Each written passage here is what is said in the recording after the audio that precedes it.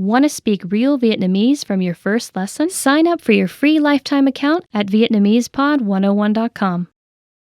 Hello everyone, welcome back to Vietnamese Pod 101. My name is Linh. Xin chào các bạn, tôi là Linh. Rất vui được gặp lại các bạn ngày hôm nay. Okay, so I don't know, but a lot of people ask me to do a video about how to flirt someone in Vietnamese. I wouldn't say flirt because it sounds so a little bit over. So I would say how to make friends or how to ask someone to go out, or how to say something that make the other person feel like you have a feeling for them.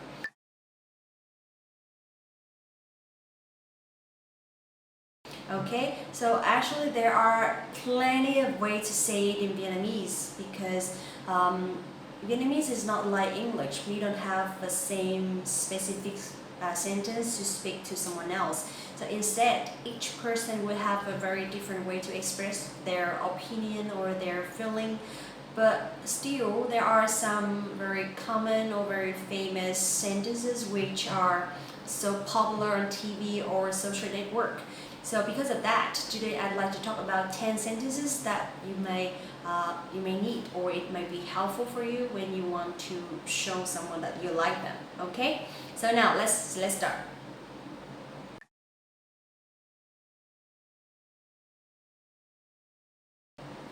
Okay, number one I'd like to say is em đẹp lắm, or em xinh lắm. So that means you are very beautiful or you are very pretty. So that is slightly different. Normally we would say, Miss Vietnam this year is very beautiful. So that in that sentence, in that situation, we would say đẹp, because that means she's physically and mentally beautiful. So we say đẹp. But in general, if someone is looking good and she's cute or she's pretty, so you can say em xinh lắm. Okay, so let's practice. Em đẹp lắm. Em đẹp lắm. Em xinh lắm. Em xinh lắm. Okay, so please notice a little bit about the tone mark, because it will decide your pronunciation. It will decide how good your pronunciation is. So if the tone mark is going up, and you have to say a little bit stronger and a little bit sharp. But if the tone mark is going down, so you should say it gently and try to bend the voice or the sound a little bit down. Okay, so again, em đẹp lắm. Em đẹp lắm. Em xinh lắm. Em xinh lắm. Okay, so if you want to give compliment to women for the first time, or just for a few times after you met, you can just easily say em đẹp lắm or em xinh lắm, because everybody wants to hear that, right? Okay, so that is a very best way to start a conversation, or to talk with someone else that you haven't met before.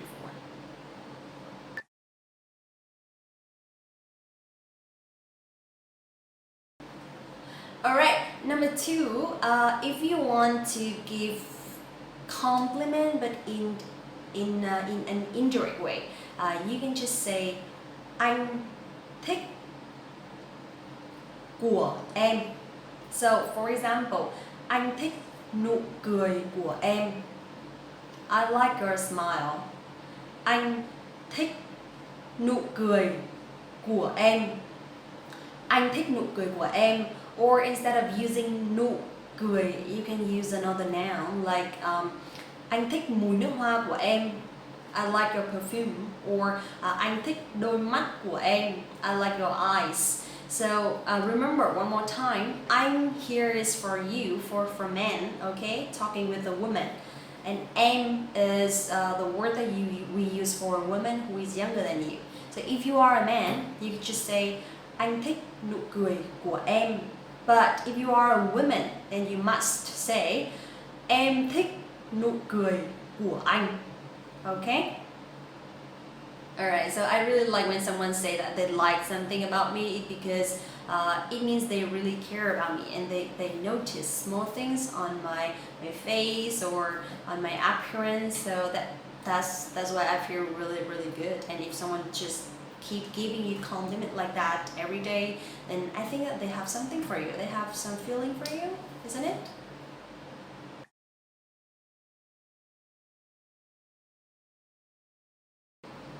Okay, so now after giving compliment, what will you do? Would you like to ask her to go out or would you like to ask her for a movie? So you can say in Vietnamese, em có thích đi xem phim không? Em có thích đi xem phim không? Em có thích đi xem phim không? Okay, so this means, do you like to go out for a movie? If you are a man, then you can say like that. But don't worry, if you're a woman, you can say anh có thích đi xem phim không?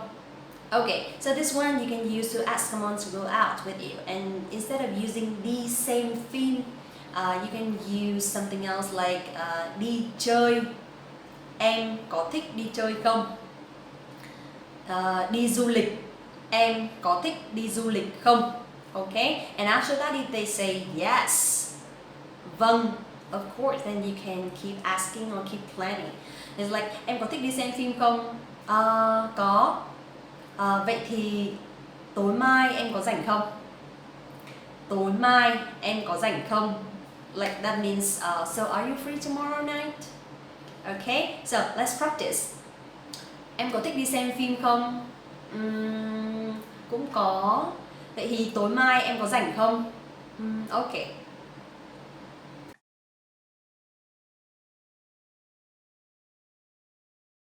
Alright, number 4, I'd like to share something is very popular recently is because this is a name of a song and actually we hear it everywhere in Vietnam. This is a song talking about a girl who is who is having a crush on a man and she keeps asking, where is your house? Why are you just running around my mind or my heart all the time? So this song's name is Anh nhà ở đâu thế? Anh nhà ở đâu thế? Anh nhà ở đâu thế? That means where is your house? But actually in Vietnamese the word nhà, there is another meaning, means my husband or my wife. Nhà tôi means my husband or my wife.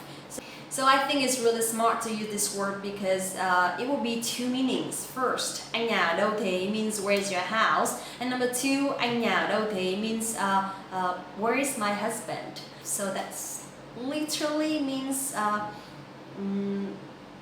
they're having some feeling for each other. So if you use this one, if you ask this one to a man, anh nhà ở đâu thế, that means you really like him and you want to know where he lives. Or if you post something on Facebook, anh nhà ở đâu thế, and you post a picture of the man, then it will be like you like this guy. Okay? So, anh nhà ở đâu thế?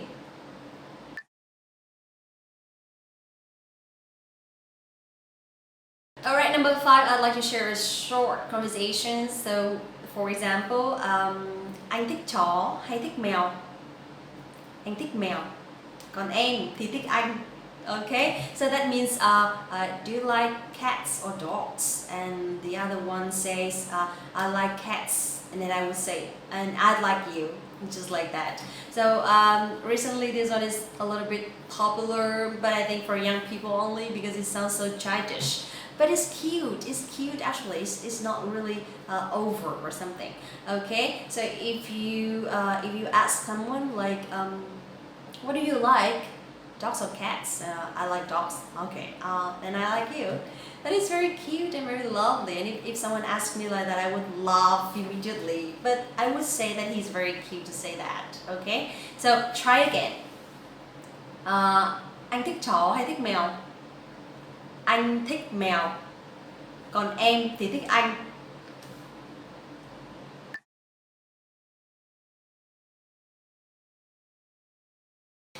Okay, next one, I want to share something that you can post on Facebook. I don't really know how to explain because it's really hard. Okay, so for example, if you like someone and you really, really like his eyes, and you want to share something on Facebook, but you don't really mention the man, then you can say uống nhầm một ánh mắt, cơn say theo cả đời. Uống nhầm một ánh mắt, cơn say theo cả đời. So it's like you fall in love with his eyes and you are drunk forever, something like that. Okay, it's like you drink something and you get drunk, and something here is his eyes. Okay, so actually this one we don't really say directly to the person that we like, but you can post it on Facebook, and then if the person reads it, then maybe or he will text you or he will ask you to ask about the status. So uống nhầm một ánh mắt, cơn say theo cả đời.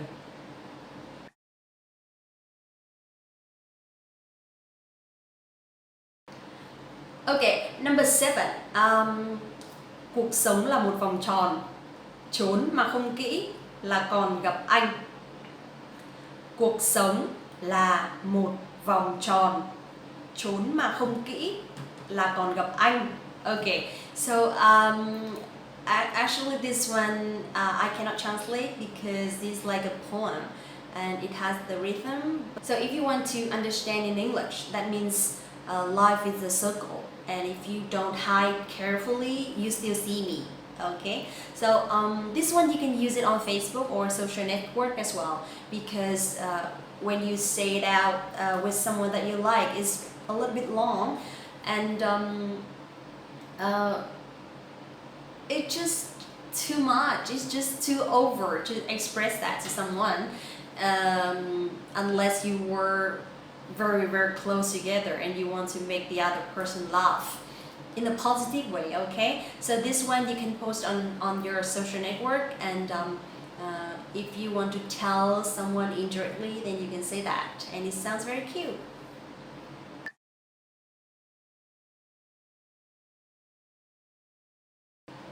Okay, next one I'd like to share is if you want to send a heart to someone's, like you want to send heart for his status, or you want to send a heart for his video or his picture, then you can say thả tim. Thả tim, that means you drop a heart. Thả tim. Okay, so this one is very easy and very common. You can say anywhere, you can write anywhere and with anyone or in any situations. It means you love what they say, or you like what they show, or you like what they post. That's it. Thả tim. Thả tim.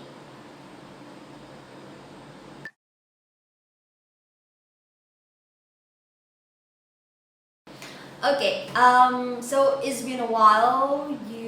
You gave compliment to the person, you asked them out, and you send love and heart, and now maybe you are together already. So if you travel together, you can post something on Facebook. It could be a picture of yours, it could be a video, and if you want to say something like you are traveling, you can say đưa nhau đi trốn. Đưa nhau đi trốn. So that means you are hiding together. It's like urban getaway. Đưa nhau đi trốn. So this is the name of a song, of a very famous song recently. That means two people, a couple, they traveled and they want to get out of the city and everything. So it's like they are hiding somewhere in the middle of nowhere. Okay, so đưa nhau đi trốn.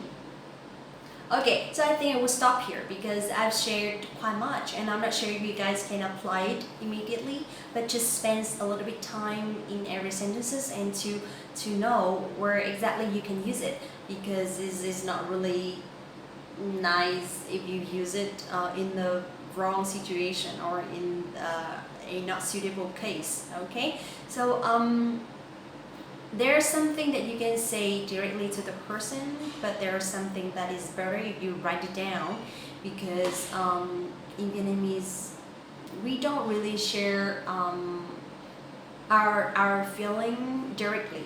It's just like, maybe now it's more open-minded, but I don't know, maybe I'm too old for that, I don't know.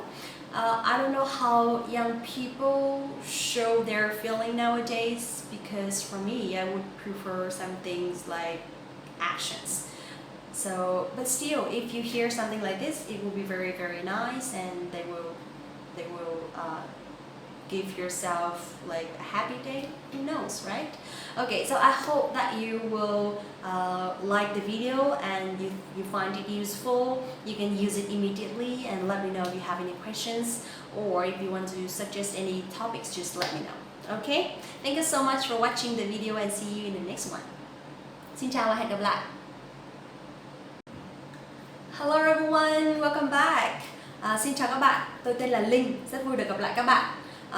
It's been a while, I haven't done any new videos, so today I decided to make a video talking about frequency in Vietnamese for you guys to know and to practice. Alright, so do you usually ask your friends or any Vietnamese people like how often they do something? So let's find out how to say it in Vietnamese today, okay? Now, let's get started.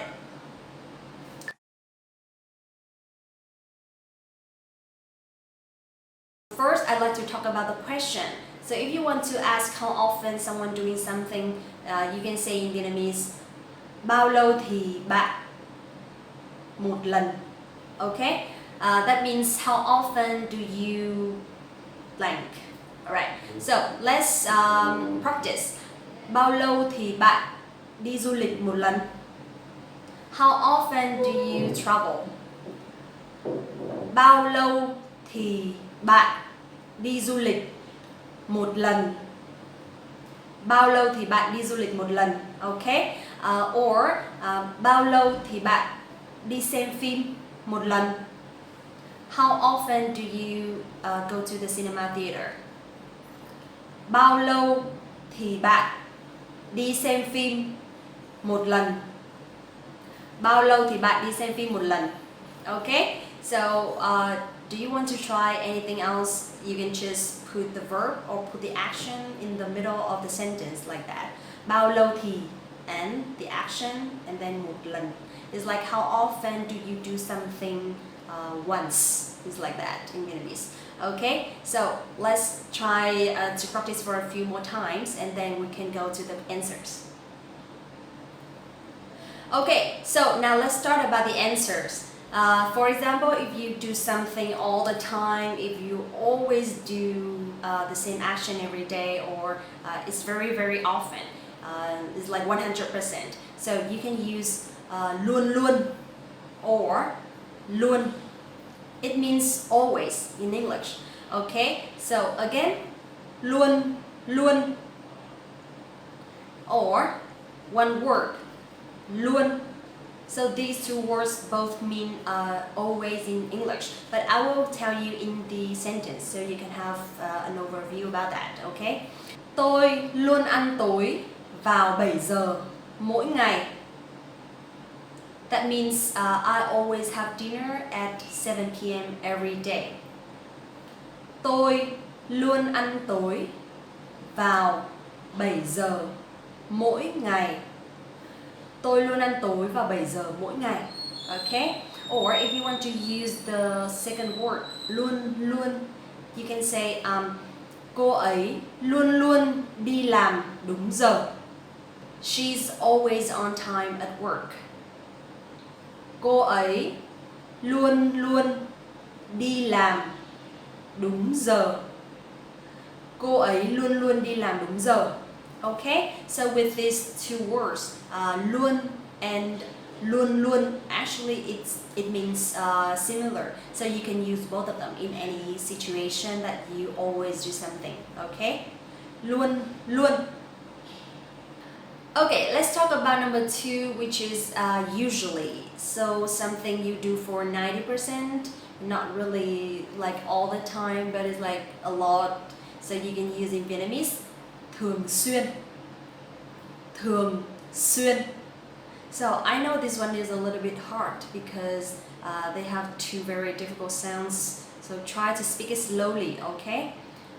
Thường xuyên.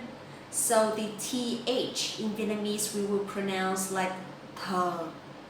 It's not the in English. Thờ.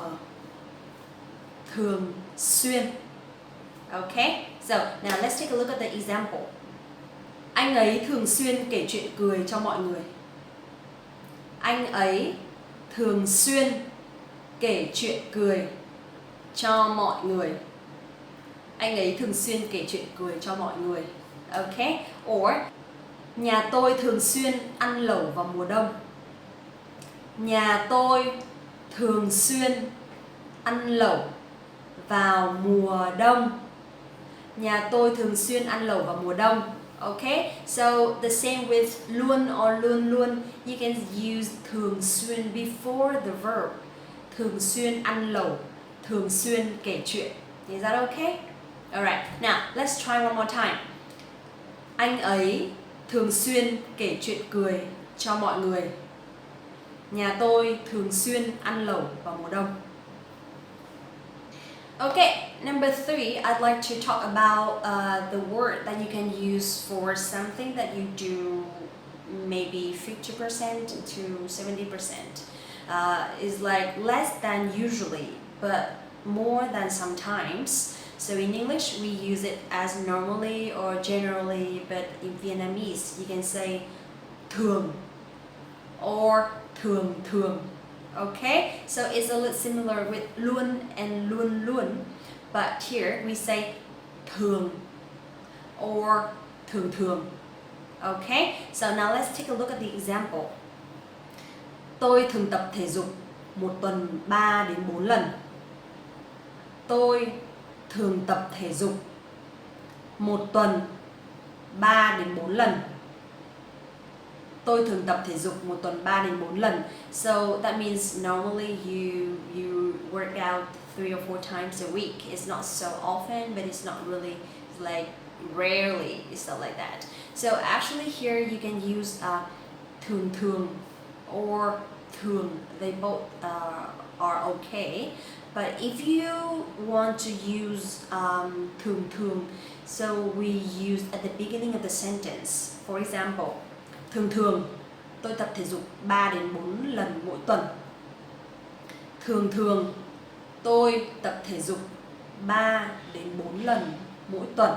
Okay? But if you want to use the individual word, then you have to put it in front, in the middle of the sentence before the verb. Tôi thường tập thể dục một tuần 3 đến 4 lần. Okay? Alright, next I'd like to talk about the word that you can use for something you do only once in a while or for sometimes, occasionally. So in Vietnamese, you can say đôi khi or thỉnh thoảng. Alright? Đôi khi. Đôi khi. Thỉnh thoảng. Thỉnh thoảng. Okay, so in the word thỉnh thoảng, the th sounds exactly the same with thường thường, thờ, thờ. Okay? Đôi khi, thỉnh thoảng. Alright, now let's take a look at the example. Em có hay đi xem phim không? Cũng thỉnh thoảng. Em có hay đi xem phim không? Cũng thỉnh thoảng. Alright, so with the question that I mentioned at the beginning of the video, you can ask bao lâu thì em đi xem phim một lần? Cũng thỉnh thoảng. Bao lâu thì em đi xem phim một lần? Cũng thỉnh thoảng. Okay, next one. I'd like to talk about the word that you can use for hardly ever or rarely. That's something you don't really do, or you just hardly ever do it. So for example, if you travel once a year or only twice a year, you can use hiếm khi or ít khi. Hiếm khi, ít khi. Alright, so let's take a look at the example. Tôi hiếm khi đi chơi với đồng nghiệp. I rarely hang out with my colleagues. Tôi hiếm khi đi chơi với đồng nghiệp. Tôi hiếm khi đi chơi với đồng nghiệp. Okay, and with the word ít khi, you can say cha mẹ Việt Nam ít khi khen ngợi con cái. Cha mẹ Việt Nam ít khi khen ngợi con cái. Vietnamese parents rarely or hardly ever give their kids compliments. Okay, talking about this, I'd like to share that in Vietnam we have not really the culture, but it's like the habit that not to compliment their children a lot in front of everybody, because they think that it will make the kid or the children will be too proud of themselves and they will not try really hard to study or to improve in their life anymore. So actually they still give compliment, but it's like in private, and in public they hardly ever do that. I think it depends on the family as well, because from where I'm from, my parents rarely gave a compliment to me, and maybe because of that, I'm always trying really hard to make them proud of me. So I think it's good. Okay, and last one I'd like to share is the one that you can use in English for never, something that you never do. So in Vietnamese, you can say không bao giờ. Không bao giờ is like no way in English. Okay, so in this one you can take a look at this sentence. Tôi không bao giờ hút thuốc. I would never smoke. Tôi không bao giờ hút thuốc. Tôi không bao giờ hút thuốc. Okay, or bạn tôi không bao giờ lái xe khi uống rượu. Bạn tôi không bao giờ lái xe khi uống rượu. Bạn tôi không bao giờ lái xe khi uống rượu means my friend never drives when drinking alcohol. Okay, so how do you feel about the lesson today? So I hope that this video finds you well, and I think it will help you a little bit when you talk about something that you do depends on the frequency. Alright, and please spend some time to practice and let me know if you have any questions, because actually in Vietnamese there are a lot of irregular rules, and sometimes we don't really form it, we don't really frame it in one specific definition. We just speak it, and that's the reason why I think a lot of foreigners, they find Vietnamese is really hard to learn, but it doesn't mean that you cannot learn it, right? So let me know if you have any questions, or let me know if you have any recommendations for the next videos, and I'd love to hear from you. Okay, and thank you for watching the videos today. I hope to see you soon in the next video. Bye!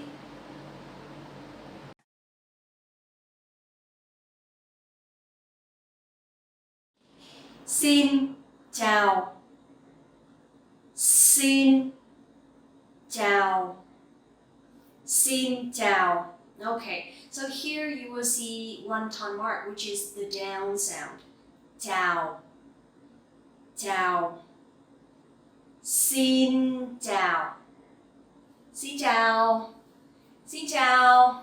The X sound you will pronounce like S in English.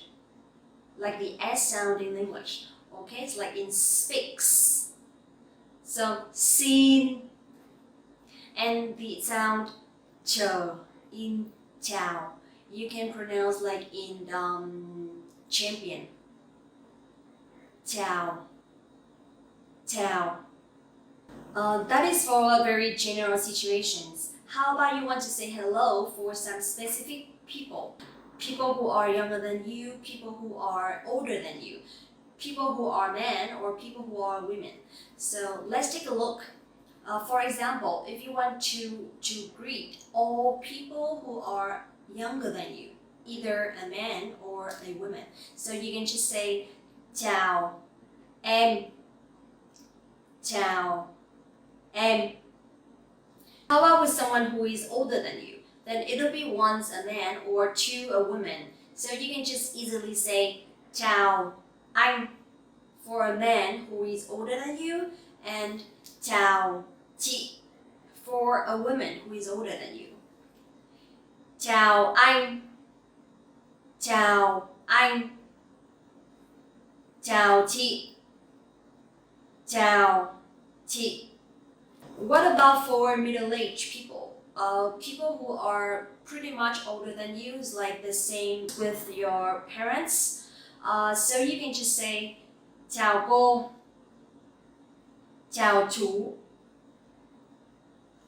chào cô, chào chú.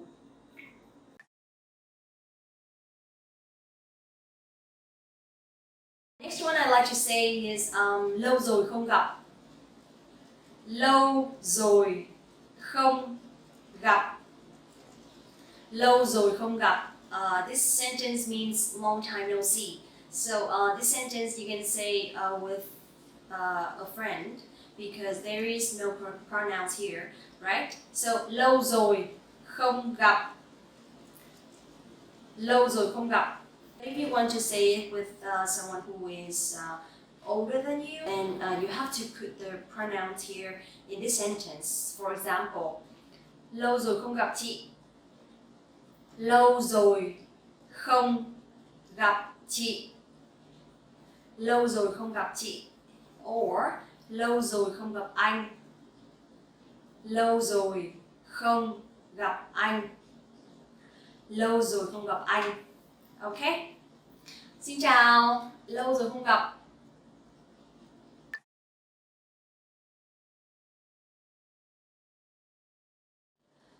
Bạn có khỏe không?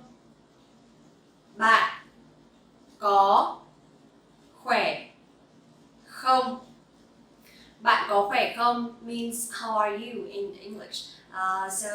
This one also you can use for your friends, because here bạn is a friend. You here is a friend of mine. Bạn có khỏe không? How are you? This way is very common and very easy to say. You can say with anyone.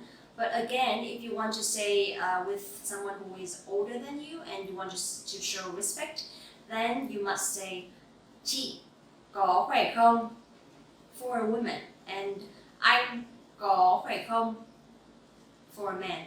Okay? One more time. Bạn có khỏe không? Chị có khỏe không? Anh có khỏe không? Now let's go a little bit faster. Bạn có khỏe không? Chị có khỏe không?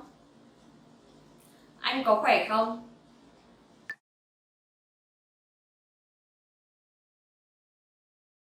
Alright, so when you say bạn có khỏe không, actually it sounds very polite, right? And for very, very close friend, you can just say two words. Khỏe không? This is an informal way to say how are you? Or it literally means you're good, something like that. Okay? So now let's practice. Khỏe không? Khỏe không? Now let's go faster. Khỏe không? Okay, one more time from the beginning. Lâu rồi không gặp. Khỏe không? Or chào anh. Lâu rồi không gặp anh. Anh có khỏe không?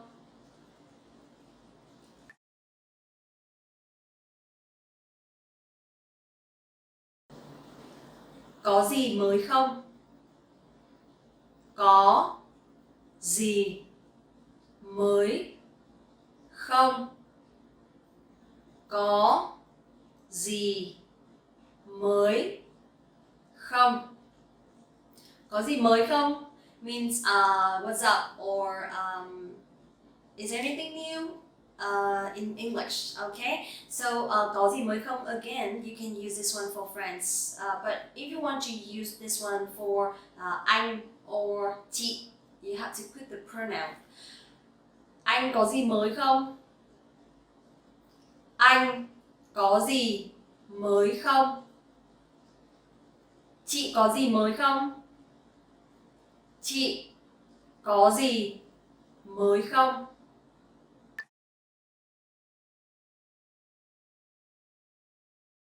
Dạo này thế nào rồi? Dạo này thế nào rồi? Dạo này thế nào rồi?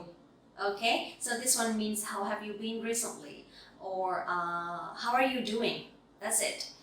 Again, with friends, no pronoun, but with people who are older than you, you must put the pronoun. Okay. Dạo này thế nào rồi? Dạo này anh thế nào rồi? Dạo này chị thế nào rồi?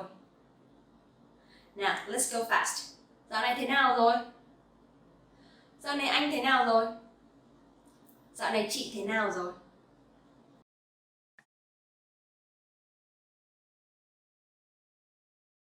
Ngày hôm nay của bạn thế nào?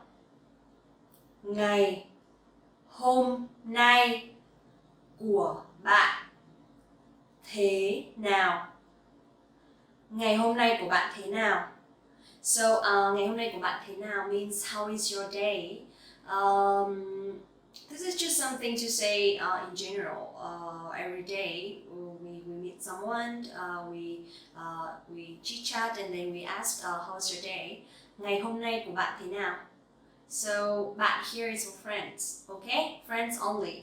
And if you want to say with anh or chị, then replace the word bạn with anh or chị. Ngày hôm nay của anh thế nào? Ngày hôm nay của anh thế nào? Ngày hôm nay của chị thế nào? Ngày hôm nay của chị thế nào? Okay, so let's talk about grammar a little bit. Ngày hôm nay means today. Ngày hôm nay. Okay? And also you will say của bạn. It means your. Của bạn. So if you want to use the possessive adjective here, you can just put the word của before the pronoun.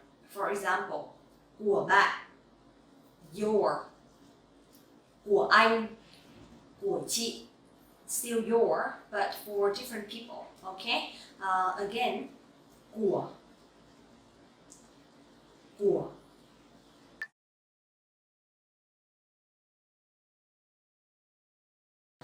Rất vui được gặp lại bạn. Okay? This one means it's nice to see you again. Rất vui. Vui here means happy. Very happy to see you again or to meet you again. Rất vui được gặp lại bạn. Bạn here is for friends only. Okay? And for anh, chị. Rất vui được gặp lại anh. Rất vui được gặp lại anh. Rất vui được gặp lại chị. Rất vui được gặp lại chị. Okay? So now let's take a look from the beginning to the end. Okay? Xin chào, khỏe không? Lâu rồi không gặp. Dạo này thế nào rồi? Rất vui được gặp lại. Alright, so how do you feel about the lesson today? I hope that you enjoy it, and I hope it's going to be helpful for you, because anywhere you go, every time, or anyone you talk to, you will have to say hello, right? And remember, if you want to speak and learn Vietnamese in the fastest, easiest, and most fun way, you can go to VietnamesePod101.com right now for your free lifetime account. Get our complete learning program with our real lessons by real teachers. Xin chào các bạn. That is too much. Okay, one more time. Xin chào các bạn. Tôi tên là Linh, rất vui được gặp lại các bạn. Hello everyone, my name is Linh and welcome back to VietnamesePod101.com, the fastest, easiest, and most fun way to learn Vietnamese.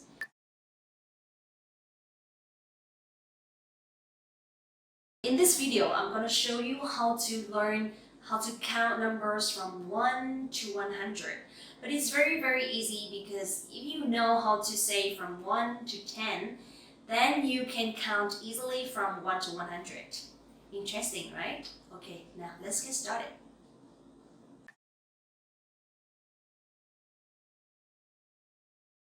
First, I'm gonna count from 1 to 10, and it's very easy because in Vietnamese, every number has only one sound.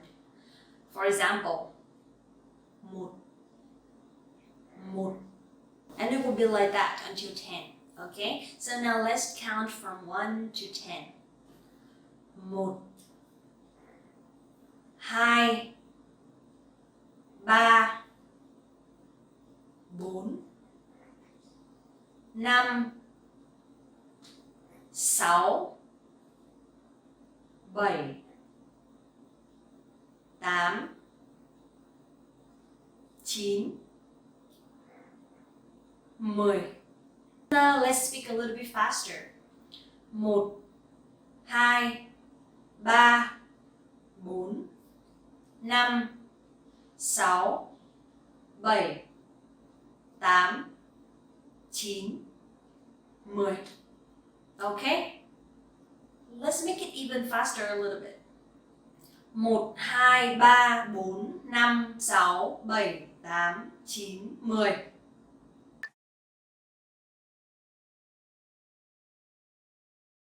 Let's count number 20, 30, 40, 50, 60, 70, 80, and 90. For those numbers, you can just put the number, the first number, and the word 10.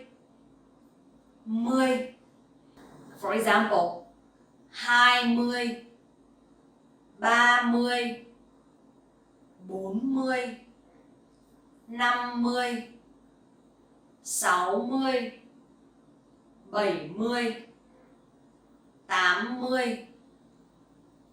90. One more time. 20, 30, 40, 50, 60,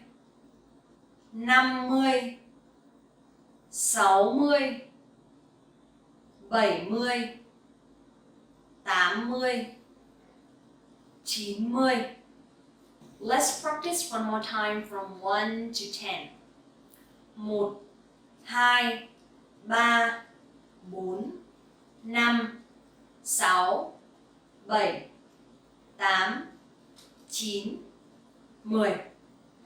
And then 10, 20, 30, 40, 50, 60, 70, 80, 90. Great!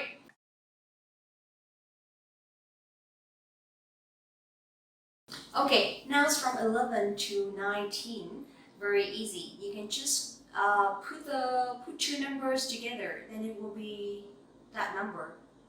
For example, 11. So that is 10 and 1, right? So you can just put 10 and 1. So it'll be 11. For 12, then it'll be 10 and 2. So 12. 12. So it'll be similar with the other numbers until 19. 11, 12, 13, 14, 15, 16, 17, 18, 19.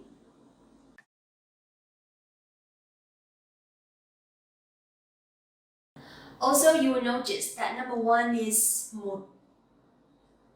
Number 11 is 11. But number 21 is 21. So instead of saying 1, from 21 to 91, we will say 1, 11, 21, 31, 41, 51, 61, 71, 81, 91.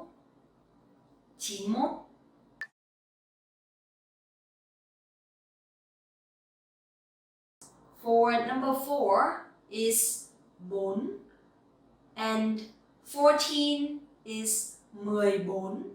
But from 24, 34, 44, 54 until 94, instead of saying 4, we will say 4. Again, 24, 34, 44, 54, 64, 74, 84, 94.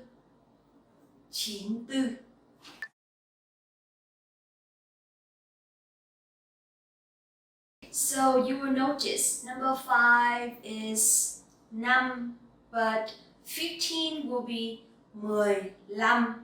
So in this situation, you will count 15, 25, 35, 45, 65, etc. with 5. Okay? For example, 15, 25, 35, 45, 55, 65, 75, 85, 95. Just remember 3 things, number 1, number 4, and number 5. Those 3 numbers will be a little bit different with the higher numbers. The other numbers are pretty much similar. Now I will count from 1 to 30 so you guys can easily see the difference, okay? 1, 2, 3, 4, 5, 6, 7, 8, 9, 10, 11, 12,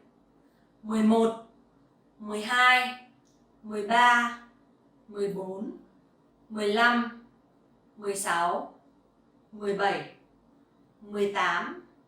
15, 16, 17, 18,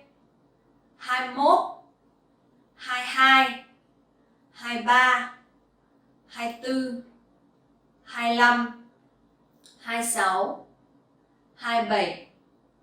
27, 28, 29, 30. The last number is 100. You can say 100, 100. So 2 zeros will be trăm. How about 3 zeros? Nghìn, 1.000, 100, 1.000. Alright, in this lesson, I was supposed to show you how to count from 1 to 100, but I showed you 1000, right? Don't tell anyone. So numbers are very important in Vietnamese because if you want to say days, dates, months, and years, you have to know how to read numbers because in Vietnamese we don't have names for months. Instead, we just use numbers, and it's very, very easy for you because you don't have to remember many words. I hope you guys enjoyed the video today. Don't forget to go to Vietnamese Pod 101 and sign up for your free lifetime account right now. Get our complete learning programs with real lessons by real teachers. Okay? Thank you so much for watching the video and see you next time. Xin chào và hẹn gặp lại. Xin chào. Xin chào các bạn, tôi tên là Linh, rất vui được gặp lại các bạn. Hello everyone, my name is Linh and welcome back to VietnamesePod101.com, the fastest, easiest and most fun way to learn Vietnamese.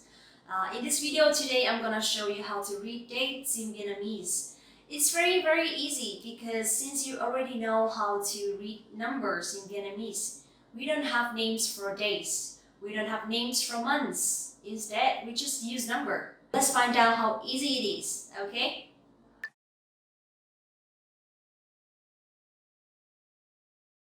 For a day, thứ. For date, ngày. For month, tháng. And for year, năm. Thứ, ngày, tháng, năm.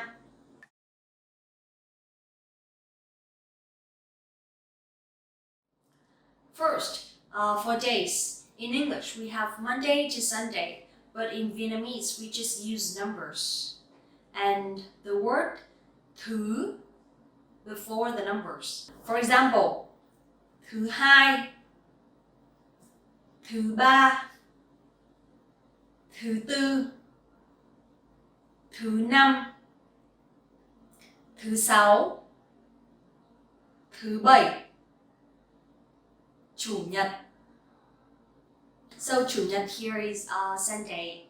Only chủ nhật is different. From Monday to Saturday, it will be from thứ hai to thứ bảy. Okay? 2, 3, 4, 5, 6, 7 chủ nhật. Yes, so easy, super easy. One more time, but this time I will read a little bit faster. Thứ hai, thứ ba, thứ tư, thứ năm, thứ sáu, thứ bảy, chủ nhật. Okay? So the reason why that I read a little bit faster if I want you to have an overview about Vietnamese accent. Because when you speak too slowly, it'll be a little bit unnatural, okay?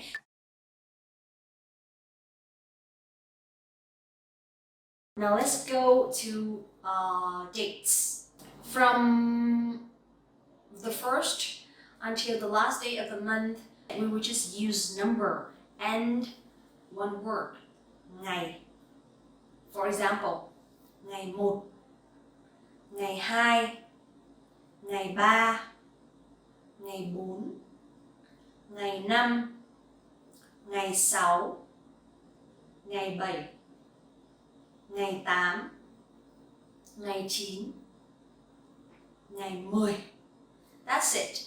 Sometimes you will see or you will hear Vietnamese saying ngày mùng 1, ngày mùng 2, mùng or mùng.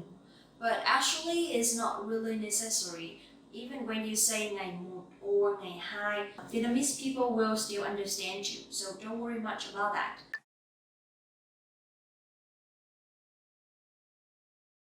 So in Vietnamese, month is tháng, tháng, tháng. So from January to December, we have 12 months in total. You can just count from 1 to 12, that is fine. For example, January, tháng 1, February, tháng 2, tháng 3, tháng 4, tháng 5, tháng 6, tháng 7, tháng 8, tháng 9, tháng 10, tháng 11, tháng 12. Okay, so just one small notice, which is number 4, April. We will not say tháng 4, but we say tháng 4, tháng 4. Easy? So from January to December, from 1 to 12, that's it. And the word tháng from month.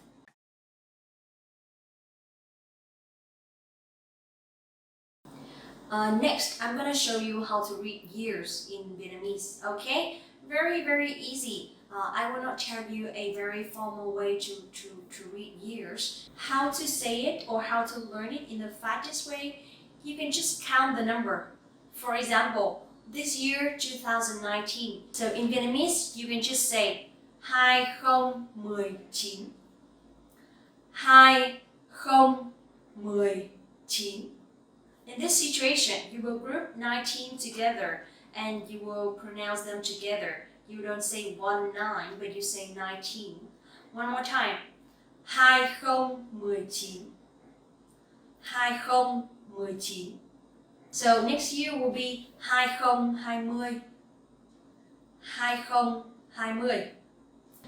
Now, let's practice. For example, today is Friday, the 13th of September 2019. You can say hôm nay là thứ Sáu, ngày 13 tháng 9 năm 2019. Hôm nay là thứ Sáu, ngày 13 tháng 9 năm 2019. Hôm nay là thứ Sáu, ngày 13 tháng 9 năm 2019. Okay? Now, how about tomorrow? So, ngày mai là thứ Bảy, ngày 14 tháng 9 năm 2019. Ngày mai là thứ Bảy, ngày 14 tháng 9 năm 2019.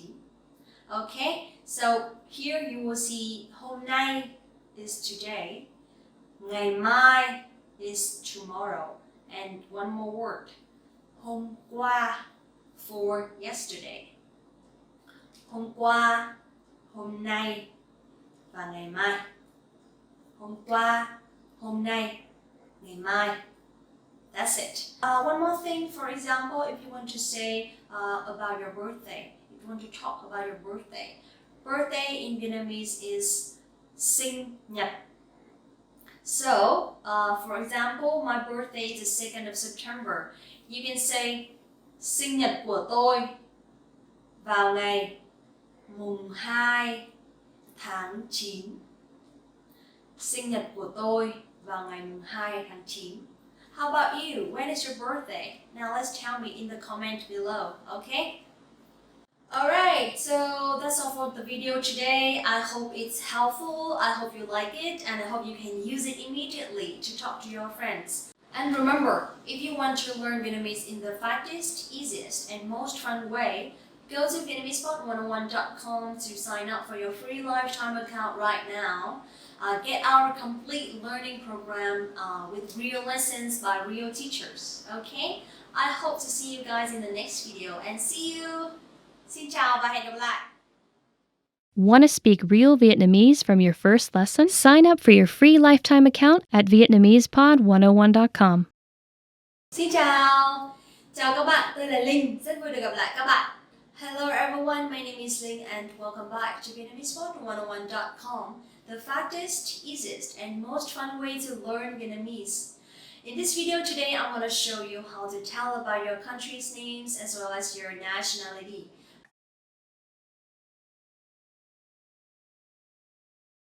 It's very easy, trust me, because unlike English, you will have to remember 2 words, right, for countries and nationality. But in Vietnamese, you only have to remember 1 word for the country names. That's fine. So let's find out how easy it is.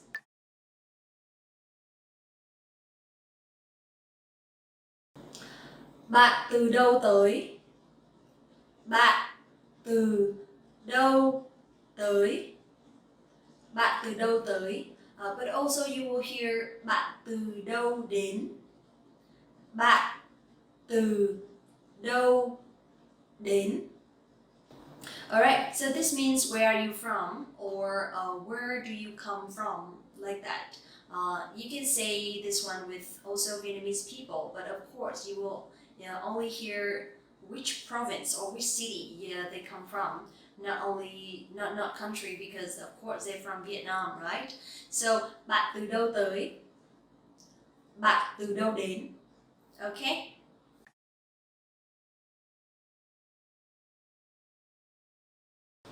Bạn là người nước nào?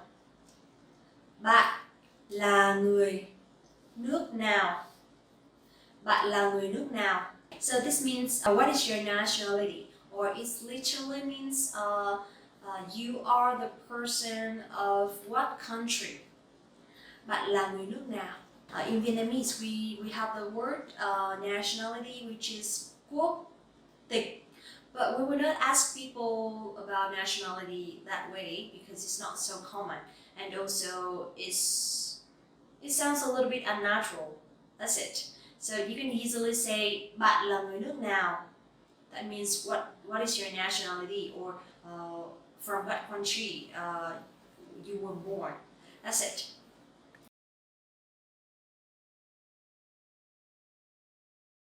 If you want to say that you're from America, you can say tôi đến từ Mỹ.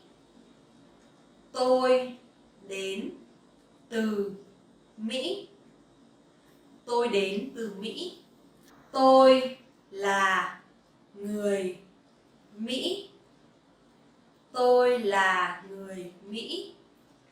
Mỹ is America and người is a person. So người Mỹ is American. And let's talk about grammar a little bit. You will see tôi here is a subject, which is I. Là here is the verb, which is to be verb. And người Mỹ means American. So tôi là người Mỹ. Tôi là người Mỹ. So basically a sentence structure is a little bit similar with English. It's just about the word order sometimes is a little bit different. But for some basics and short sentences like that, it's similar with English. One more thing, you will see we will not have America and American like in English. Instead, we only use one word, Mỹ. So if you want to talk about the country, then you can put the word nước before Mỹ. Nước Mỹ, that is America. And người before Mỹ. Người Mỹ, that is American. Easy, right? Okay, now let's talk a little bit about the other countries. For example, if you come from Germany, then you can say tôi là người Đức. Tôi là người Đức. Or tôi đến từ Đức. Tôi đến từ Đức.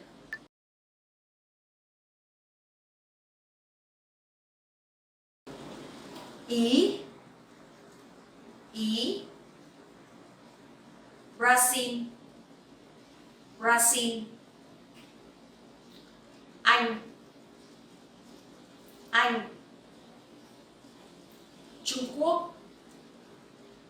Trung Quốc. Nhật. Nhật. Hàn Quốc. Hàn Quốc.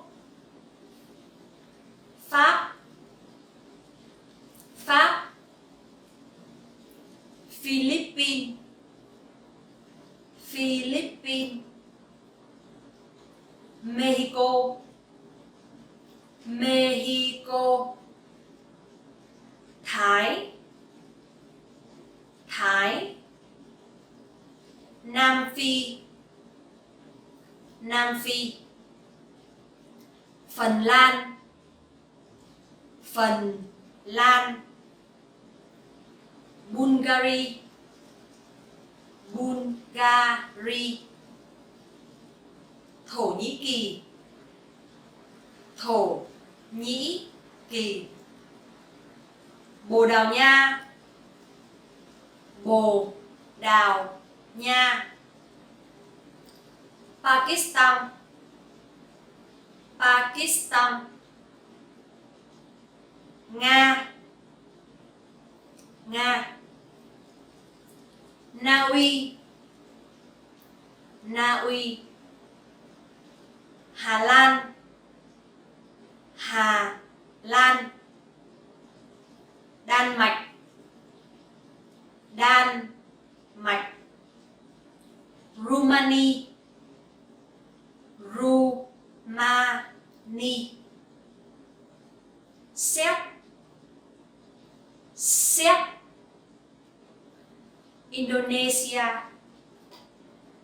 Indonesia. Indonesia. Ấn Độ. Ấn Độ. Thụy Điển. Thụy Điển. Hungary. Hungary. Hungary. Hy Lạp. Hy Lạp. Úc. Úc. Canada. Canada. Canada. Kenya, Kenya. Ai Cập, Ai Cập. Iran, Iran, Iran. That is for the lesson today. I hope you like it, and I hope that you can find your country in the list of the countries that I mentioned before. Don't forget that if you want to speak and to learn Vietnamese in the fastest, easiest, and most fun way, go to VietnamesePod101.com and sign up for your free lifetime account right now. Get our complete learning program with real lessons and real teachers. See you and have a nice day. Xin chào và hẹn gặp lại các bạn. Xin chào các bạn, tôi là Linh, rất vui được gặp lại các bạn. Hello everyone, my name is Linh and welcome back to VietnamesePod101.com, the fastest, easiest, and most fun way to learn Vietnamese. In this video today, I'm going to show you how to tell days of the week, and also we will learn a little bit of grammar. Are you ready? Now, let's get started.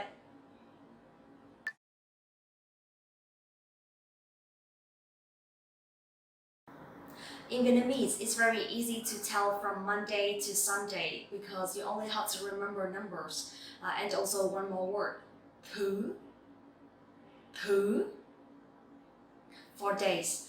For example, thứ hai means Monday. Thứ ba. Okay, and next, thứ tư, thứ năm, thứ sáu, thứ bảy. And the last one, Sunday, we have another word for that. Chủ nhật. Okay, so from Monday to Sunday, only one word, thứ, and the numbers. Only for Sunday we have a specific word, and you will know how to learn how to say from Monday to Sunday.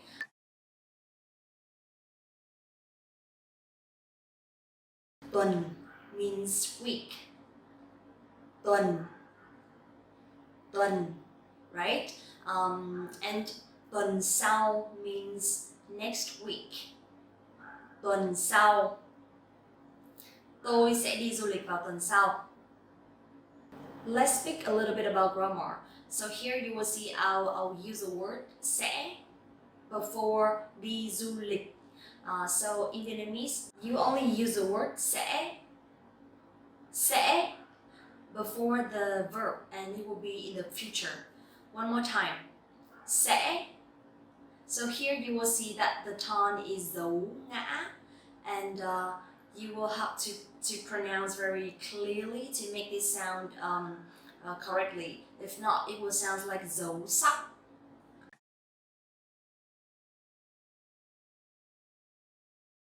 Now let's make some sentences using days of the week. So you also can see the sentence structures, okay?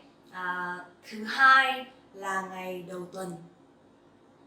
Thứ hai là ngày đầu tuần.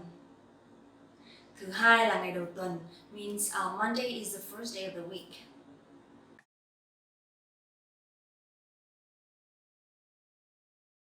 Thứ ba,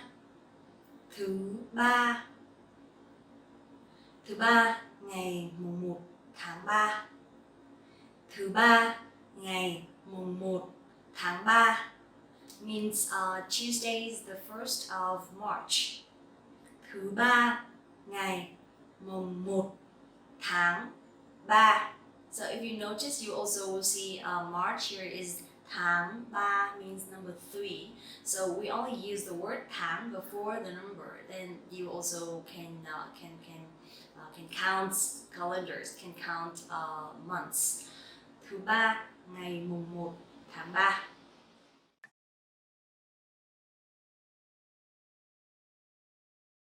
Thứ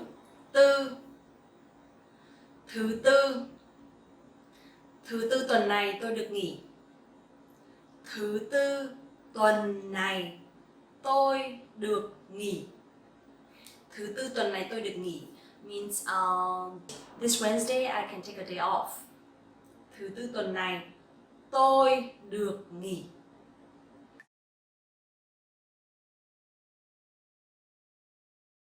Thứ năm. Thứ năm. Mỗi khi đến thứ năm, tôi lại có cảm giác gần đến cuối tuần. Mỗi khi đến thứ năm, tôi lại có cảm giác gần đến cuối tuần. Means when it comes to Thursday, I feels like it's going to be weekend.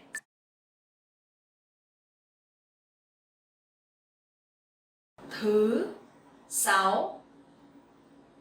Thứ sáu. So here, these two words has dấu sắc. So you have to go up and you have to make it very clearly so it will sound correctly, differently with dấu ngã. Okay? Thứ sáu. Hôm nay là thứ sáu đấy. Bạn đã có kế hoạch gì chưa? Hôm nay là thứ sáu đấy. Bạn đã có kế hoạch gì chưa? Hôm nay là thứ sáu đấy. Bạn đã có kế hoạch gì chưa? Today is Friday. Do you have any plans?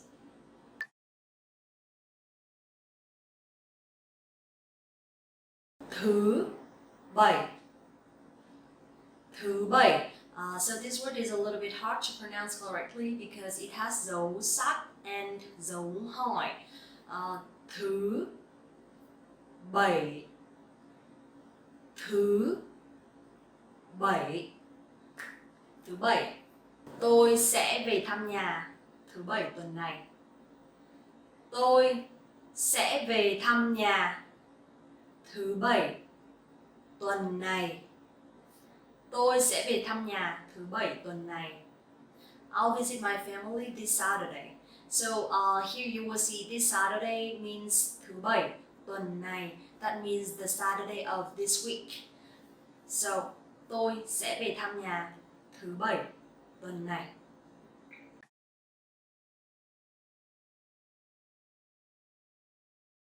Chủ nhật. Chủ nhật. Chủ nhật tuần này bạn có đi nhà thờ không? Chủ nhật tuần này bạn có đi nhà thờ không? Chủ nhật tuần này bạn có đi nhà thờ không? Are you going to the church this Sunday? Now let's talk a little bit about other days. In English we have yesterday, today and tomorrow. Let's see how we pronounce them in Vietnamese.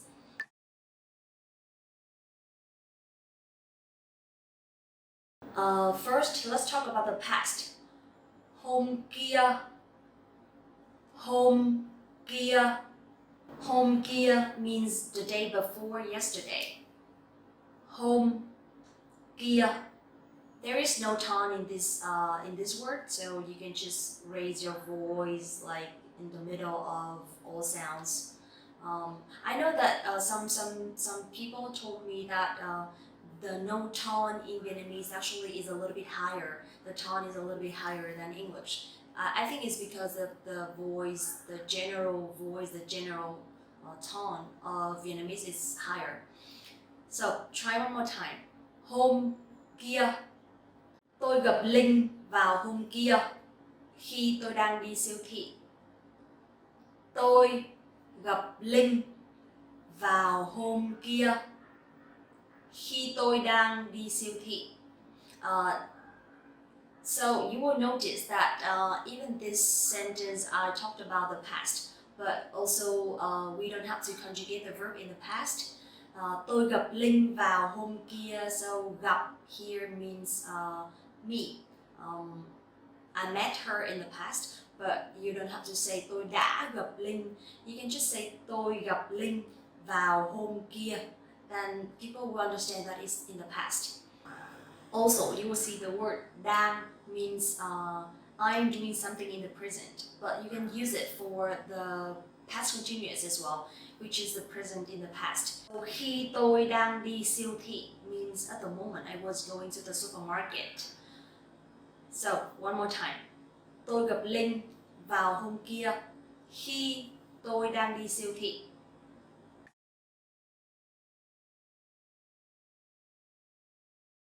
Next one is yesterday. So in Vietnamese, you can say hôm qua, hôm qua. Tôi đã nói chuyện với sếp hôm qua. Tôi đã nói chuyện với sếp hôm qua. So đã here is representing for the past. You only have to put the verb after the word đã, so it will be in the past. Tôi đã nói chuyện với sếp hôm qua.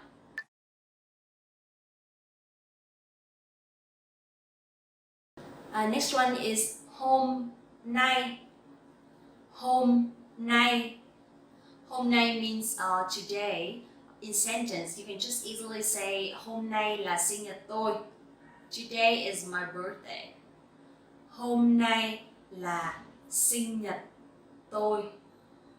Hôm nay là sinh nhật tôi. So là here is to be verb, and in Vietnamese it's very easy when you use the verbs because you don't have to conjugate for the third person or singular or plural. You only have to put the verb after the pronouns, then it's fine. Hôm nay là sinh nhật tôi means today is my birthday.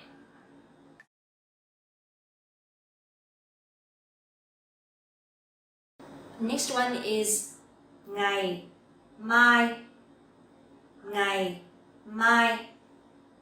Ngày mai means tomorrow. Ngày here is dấu huyền and mai here has no tone. Ngày mai. Ngày mai.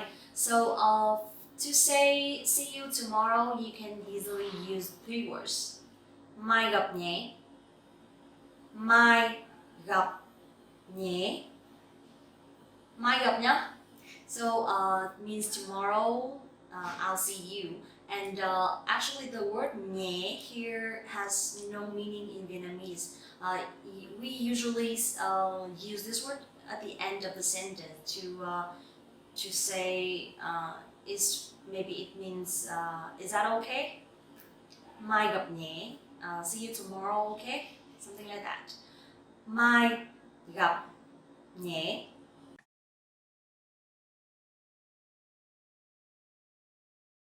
Okay, so last one I'd like to share with you is ngày kia. Ngày kia means the day after tomorrow. Ngày kia. So dấu huyền and no tone. Ngày kia. Ngày kia rảnh không? Qua nhà em ăn tối nhá. Ngày kia rảnh không? Qua nhà em ăn tối nhé. Means are you free the day after tomorrow? Let's go to my place and have dinner. Ngày kia rảnh không? Qua nhà em ăn tối nhá. So sometimes when we talk with close friends, we don't have to say, are you free tomorrow or are you free after tomorrow? Because it's not really necessary. Either ngày kia anh rảnh không or ngày kia rảnh không, it's fine. Okay, thank you so much for watching the video today and I hope you liked it. Also, I'd like to thank you because of the comments that you gave me and it helped me to improve my videos a lot. Also, don't forget to like this video, subscribe the channel and visit the website VietnamesPod101.com for your free lifetime account right now.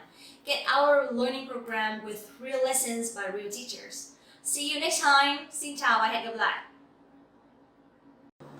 Xin chào các bạn, tôi tên là Linh, rất vui được gặp lại các bạn ngày hôm nay. Hello everyone, my name is Linh and I'm very happy to see you guys again today. Welcome back to VietnamesPod101.com, the fastest, easiest and most fun way to learn Vietnamese. In this video today, I'm going to show you how to talk about colors in Vietnamese and let's get started.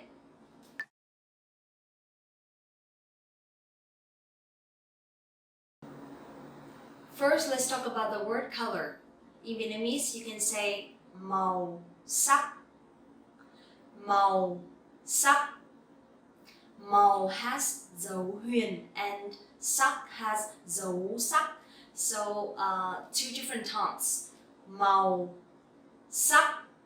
But also you can say màu, màu. Then people will understand that you are talking about colors.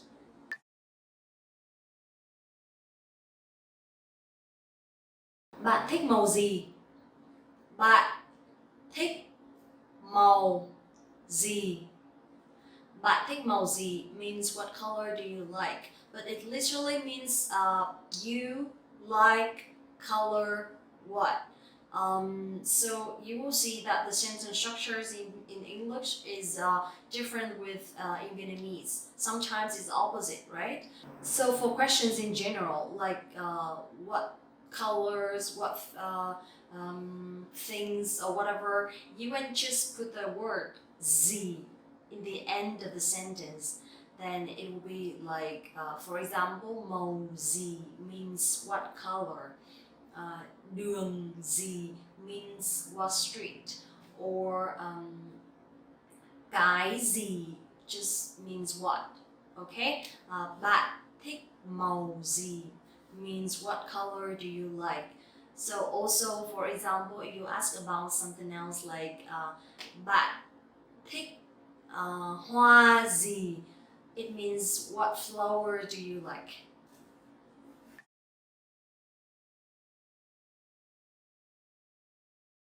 Okay, so now let's talk about the two different tones, which is the dark tone and the light tone. So in Vietnamese, you can say đậm for dark or strong color. Also, you can use đậm for strong flavor. And for light tone or light color, you can say nhạt, nhạt. So đậm, đậm. And the opposite, nhạt, nhạt. Tôi thích tông màu đậm. Tôi thích tông màu đậm. Tôi thích tông màu đậm means I like dark tone color. Dùng màu nhạt sơn tường, nhà bạn trông sẽ rộng hơn. Dùng màu nhạt sơn tường, nhà bạn trông sẽ rộng hơn. Dùng màu nhạt sơn tường, nhà bạn trông sẽ rộng hơn. Here means using light colors to paint your walls. Your house will look larger.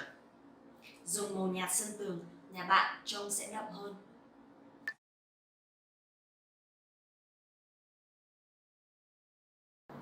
Okay, so now let's talk about different colors in Vietnamese. I'd like to talk about black first, okay?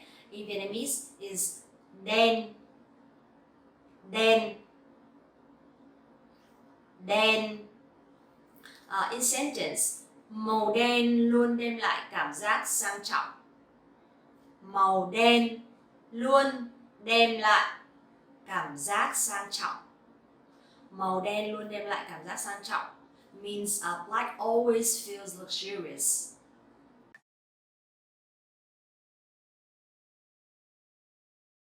Next one is white, màu trắng, màu trắng. Or you can say trắng, trắng. So when you pronounce TR sound, it sounds similar with TR in English, like train or trees. So trắng, trắng. Màu trắng luôn tạo cảm giác trẻ trung và tươi tắn. Màu trắng luôn tạo cảm giác trẻ trung và tươi tắn. Màu trắng luôn tạo cảm giác trẻ trung và tươi tắn means white always feel young and fresh.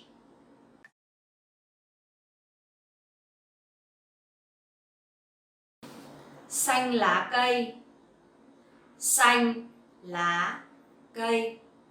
Xanh lá cây means green. So màu xanh lá cây khiến ngôi nhà trông mát mẻ. Màu xanh lá cây khiến ngôi nhà trông mát mẻ.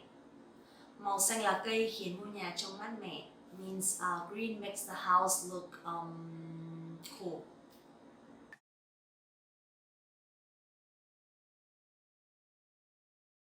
đỏ, đỏ. Here the tone is dấu hỏi, so you have to pronounce very carefully. Đỏ, đỏ. Okay? Anh thấy cái váy màu đỏ này thế nào? Anh thấy cái váy màu đỏ này thế nào? Anh thấy cái váy màu đỏ này thế nào? So here you will see thế nào means house. And in general, you will use question words in the end of the sentence instead of the beginning of the sentence. Anh thấy means you see cái váy màu đỏ này, this red dress, and thế nào? Anh thấy cái váy màu đỏ này thế nào?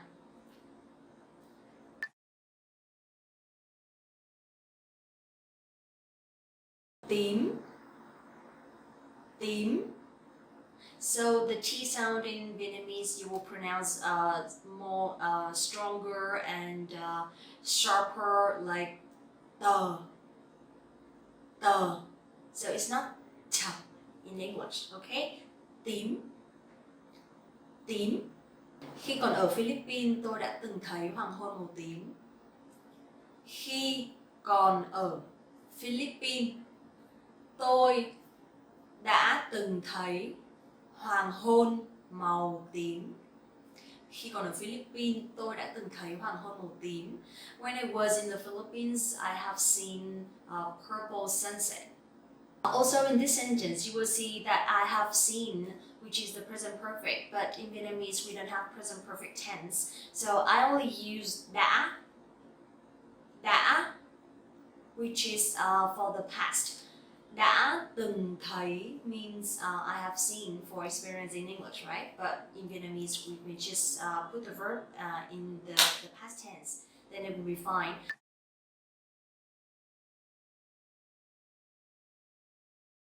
Vàng, yellow, vàng.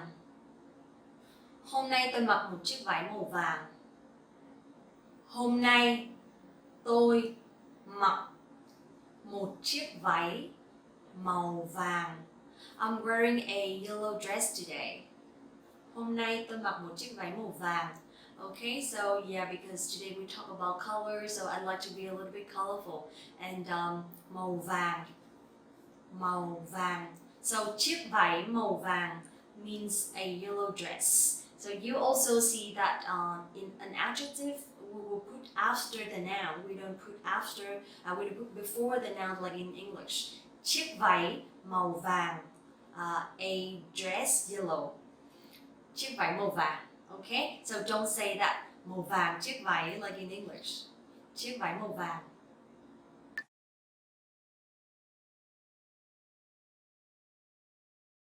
Hồng, hồng,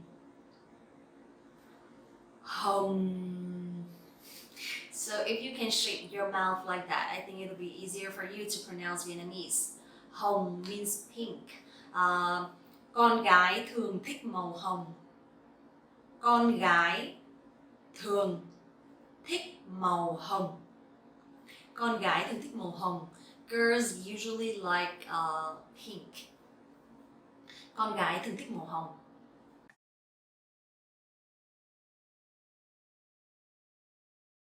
No, no. Brown, nâu. Tôi thích màu nâu vì trông nó sang trọng. Tôi thích màu nâu vì trông nó sang trọng.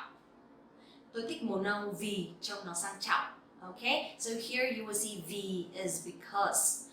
Trông nó, it will be more common when you say trông nó sang trọng rather than nó trông sang trọng like in English, like it looks classy, because that is just a common way to say in Vietnamese. Tôi thích màu nâu vì trông nó sang trọng.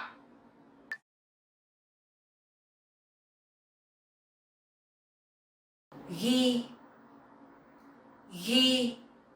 So the GH sound you will pronounce like g, g, g, g, g. in your throat. G, g, g, gi. It's great, okay? Mùa đông mọi người thường hay mặc màu ghi. Mùa đông mọi người thường hay mặc màu ghi. Mùa đông mọi người thường hay mặc màu ghi means people usually wear gray in winter. So I had a video talking about frequency in Vietnamese. We talk about always, usually, normally. So thường here mean usually. Thường.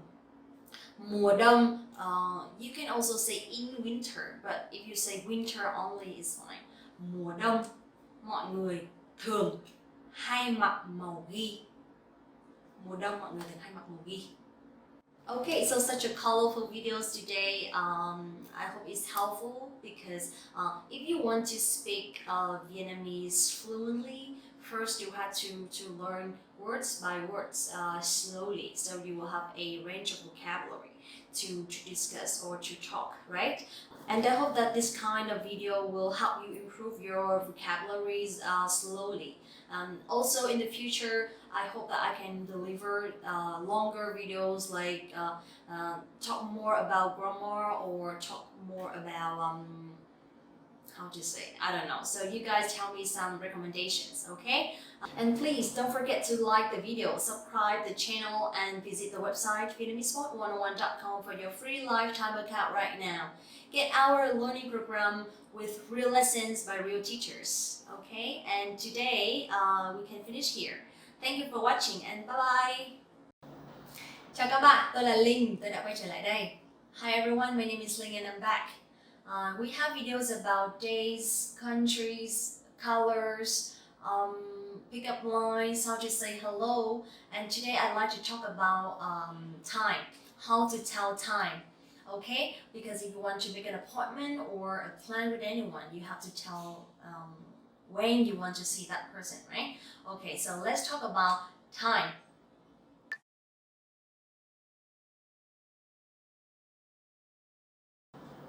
So first is a time to learn vocabulary. So number one, giờ. Giờ is hour. Giờ, here you will see the G-I sound, you will pronounce like Z sound in English. Giờ. Giờ. Okay? And the tone is giờ huyền. Next one is phút. Phút. Food. So PH sound you pronounce like F sound in English, and it sounds similar with food, right? But with dấu sắc you have to go up a little bit, and the tone has to be very strong. Food. Food for minute. Giây. So giây here means second. Giây.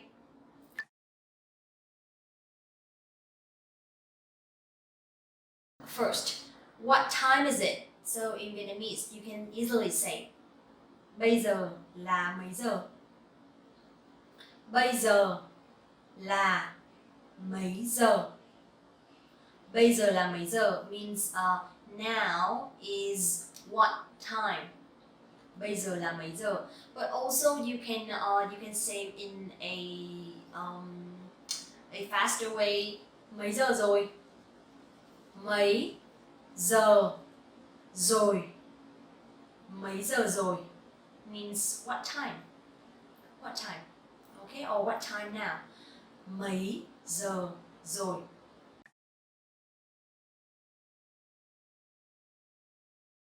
Now, let's review numbers a little bit.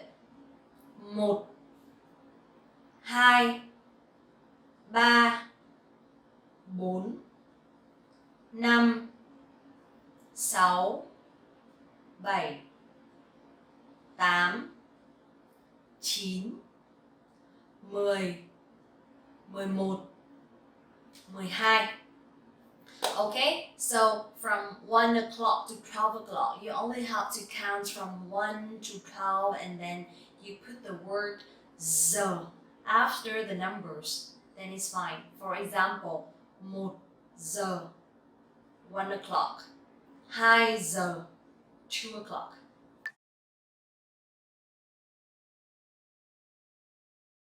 In Vietnamese, you can say rưỡi, rưỡi.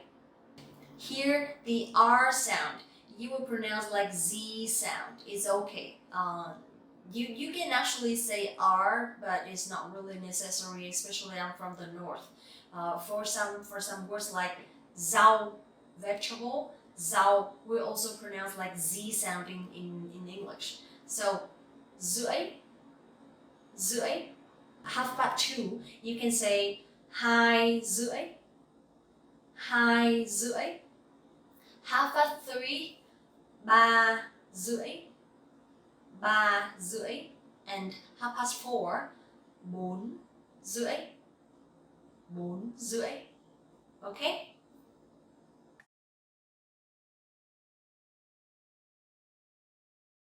Okay, so next one I'd like to share is kém. Kém. So kém here means how many minutes to the next hour. For example, 2 giờ kém 15. 2 giờ kém 15 means quarter to 2. So in Vietnamese we don't have the word for quarter. We only count numbers, we only count minutes. 15. 3 giờ kém 15 means quarter to 3, right? 3 giờ kém 15. 3 giờ kém 15. Now, next one. 4 giờ kém 15. 4 giờ kém 15. 4 giờ kém 15 means quarter to 4.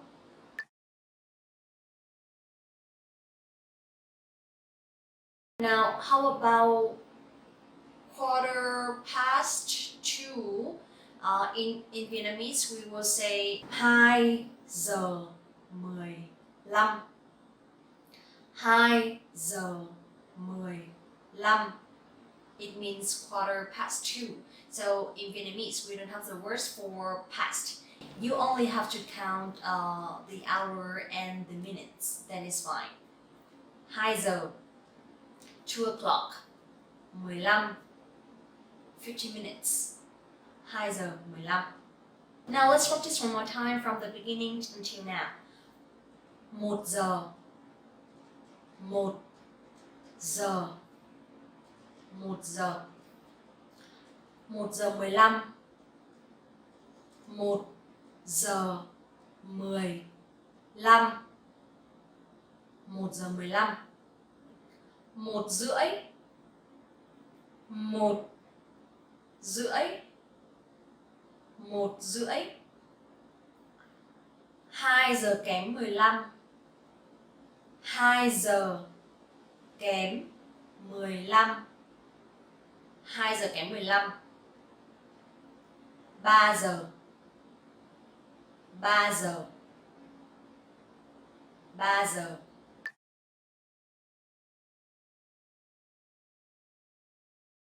Bình thường mấy giờ bạn phải đi làm? Bình thường mấy giờ bạn phải đi làm? Bình thường mấy giờ bạn phải đi làm?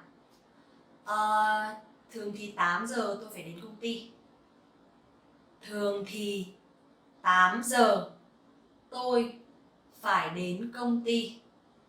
Thường thì 8 giờ tôi phải đến công ty. Hôm nay mấy giờ em muốn đi ăn tối? Hôm nay mấy giờ em muốn đi ăn tối? Hôm nay mấy giờ em muốn đi ăn tối?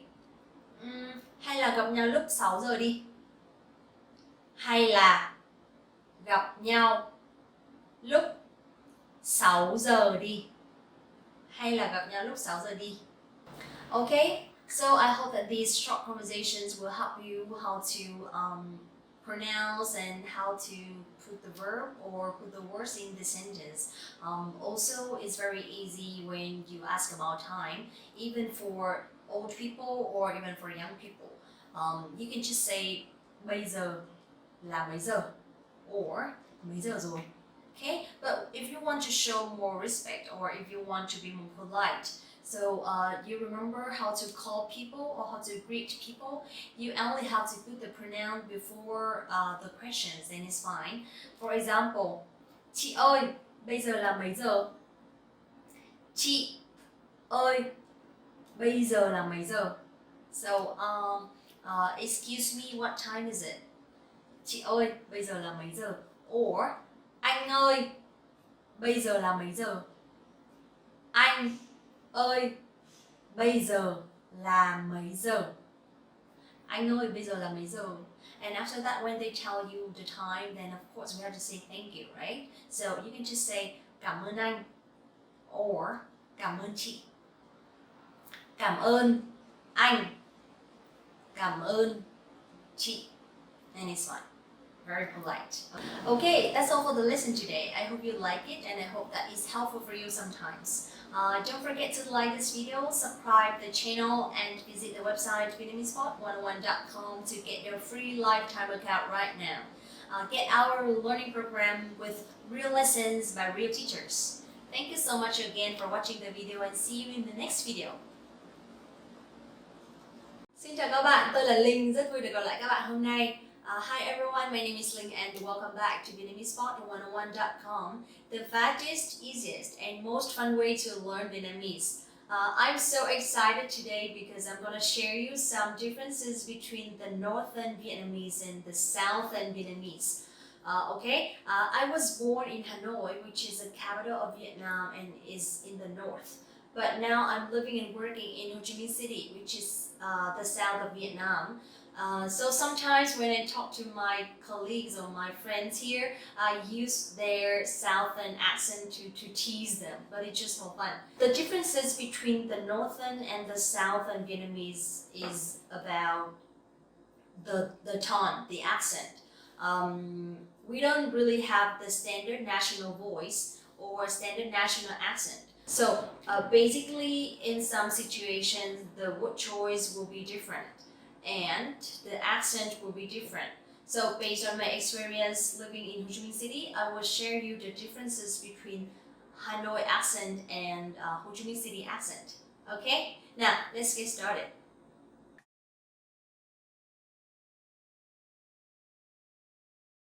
Chụp ảnh.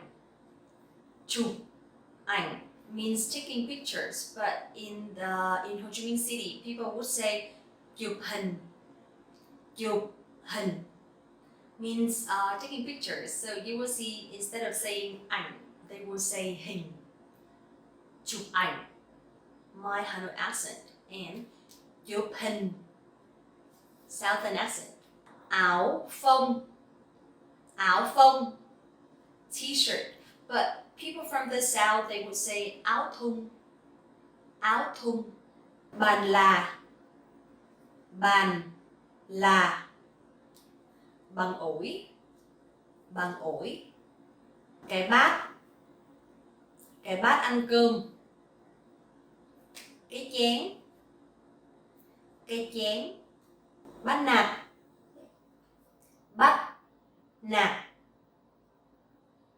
Ăn hiếp, chơi bẩn,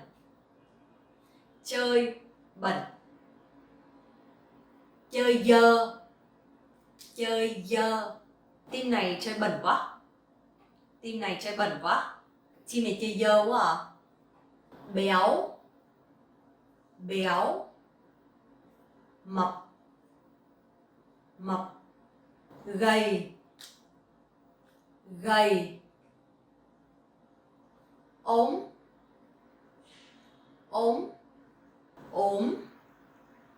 bệnh. Cơm rang, cơm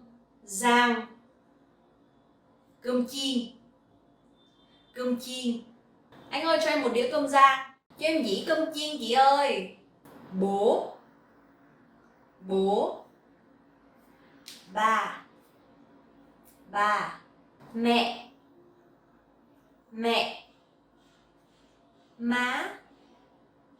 má, chị, chị 2, chị 3, chị 4. Chị 2, chị 3, chị 4 means the first sister, the second sister, or the third sister. Buồn cười, buồn cười, mắc cười, mắc cười. Buồn nôn, buồn nôn.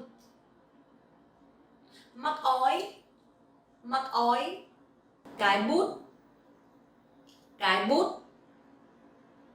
Cây viết, cây viết. Cái chăn, cái chăn. Cái mền, cái mền. Cái cốc, cái cốc. Cái ly, cái ly. Dưa chuột, dưa chuột. Dưa leo, dưa leo. Cho em 1 cân dưa chuột chị ơi. Lấy em ký dưa leo đi chị. Lười, lười. Làm biếng, làm biếng. Mì chính, mì chính. Bột ngọt, bột ngọt. Vứt đi, vứt đi. Dục đi. Thôi cái này cũ rồi, vứt đi. Trời ơi, giữ chi mấy đồ này vậy, dục đi cho rồi. Trẻ con, trẻ con. Con nít, con nít. I feel so weird. I don't do it often, okay? Trust me. But thank you one more time for the opportunity to talk about the differences between the northern and the southern accent, as well as to share about our culture. If you have any recommendations or if you want to learn anything, just let me know at the comment below. I'll try my best to deliver better videos in the future. So one more time, don't forget to like this video, subscribe the channel, and visit the website VietnamesePod101.com for the free lifetime account right now. Get our learning program with real lessons by real teachers, okay? But now, thank you for watching and see you next videos. Want to speak real Vietnamese from your first lesson? Sign up for your free lifetime account at VietnamesPod101.com. Xin chào các bạn, tôi là Linh, rất vui được gặp lại. Hello everyone, my name is Linh and I'm back with a very interesting topic, which is living cost in Vietnam. So recently there are a lot of foreigners coming to work and to live in Vietnam. But before moving in, probably they will have a same question, which is maybe how much to spend a month in general for living in Vietnam. But depends, of course, depends on your budget or depends on your income. So you will have different levels, different ideas to live in Vietnam. But actually, I have to say that the living cost in Vietnam is pretty affordable. So today, I will give you an overview about that. Okay, let's get started.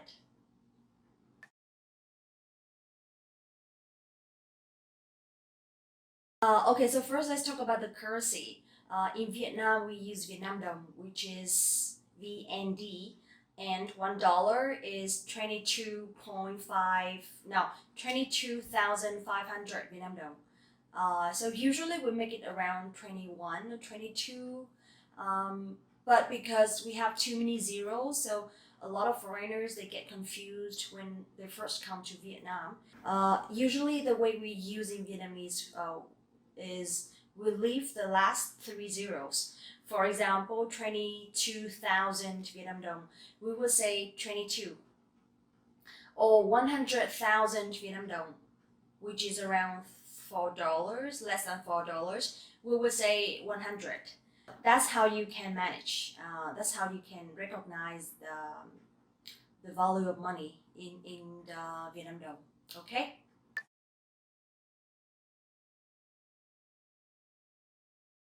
Alright, so first coming to Vietnam, then of course you have to care about the accommodation. So let's say you don't have a place to live in Vietnam, so the best way to stay is to rent a house or an apartment. Depends on your budget, right?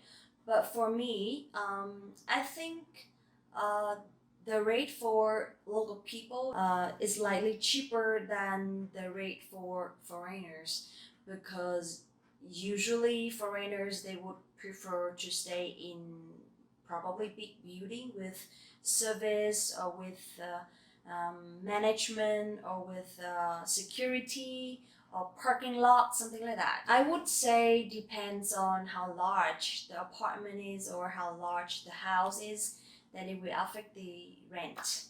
So for me, I moved from Hanoi, I moved to Ho Chi Minh City, and I rent a place around 6 million Vietnam dong, which is around $300, probably less than 300. And I don't have to pay for any management fee or internet or something. So it includes everything except water and electricity. Okay, so for foreigners, usually I see my coworkers, they rent around $400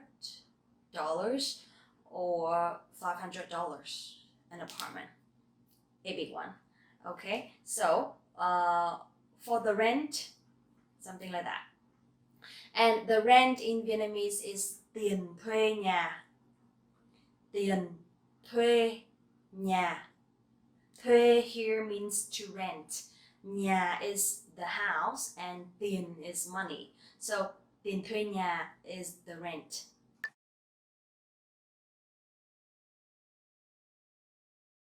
So there are many kinds of bill, right? For example, water bill. So you can say hóa đơn tiền nước. Hóa đơn tiền nước. Hóa đơn here is bill, tiền is money, and nước is water. Hóa đơn tiền nước. Or you have to pay for tiền điện. Tiền điện means electricity bill or electricity money. Tiền điện. Okay, so we have three big things: tiền thuê nhà, tiền điện, và tiền nước. For me, where I stay in Ho Chi Minh City, I have to pay 100,000 Vietnam dong, which is around $4 a month for unlimited water. But for electricity, it'll be around probably 200 Vietnam dong or 300 Vietnam dong, depends on how much electricity I use. So if some months are very, very hot, I have to use the AC a lot, so it will be around 700. It's like $35, something like that. One more thing you have to pay for is the internet and the Wi-Fi, right? So you can say tiền internet. Tiền means money. Tiền internet or tiền mạng. Tiền mạng. Mạng here is a network. So tiền nhà, tiền điện, tiền nước, tiền internet. Alright, so before renting, usually in Vietnam, they will ask, the landlord will ask for 1 or 2 months deposit, depends on how long you stay. From the north, usually the landlord will ask for 3 months minimum. But in the south, they will ask for at least 1 month, only that. So landlord is chủ nhà. Chủ nhà. Chủ nhà. And the deposit money is tiền đặt cọc.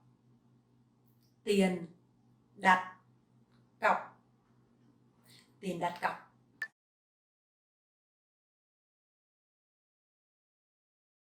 Now let's talk about food. In Vietnamese, đồ ăn. Đồ ăn. Đồ ăn. And also for drinks, you can say đồ uống. Đồ uống.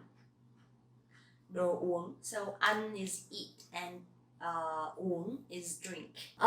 For local food, it's very, very affordable. I have to say that. So usually you can easily find a bowl of rice or a bowl of noodles or any kinds of noodles in Vietnam with around 30,000 or 40,000. That is cheap, okay? 30 or 40,000. So local food, đồ ăn địa phương. Đồ ăn địa phương. We have many kinds of local food, which I will introduce in another video, so keep in touch. In Vietnamese, restaurant is nhà hàng. Nhà hàng. Nhà hàng. Or we have another common word, which is quán ăn. Quán ăn. And when you come to this kind of restaurant, it will cost around 100 to 150 each person. But of course, depends on how much you order, right? If you want to have a dating environment or if you want to go to a fancy restaurant, there will be unlimited price, okay? For example, for buffets, it probably costs around 350,000 Vietnam dong or even more, 500,000. And for seafood buffets or something like that, it will cost around 600 or 700, which is $35 each person. But also there are a lot of Western restaurants in Vietnam, especially in Hanoi and Ho Chi Minh City. And if there are real authentic restaurants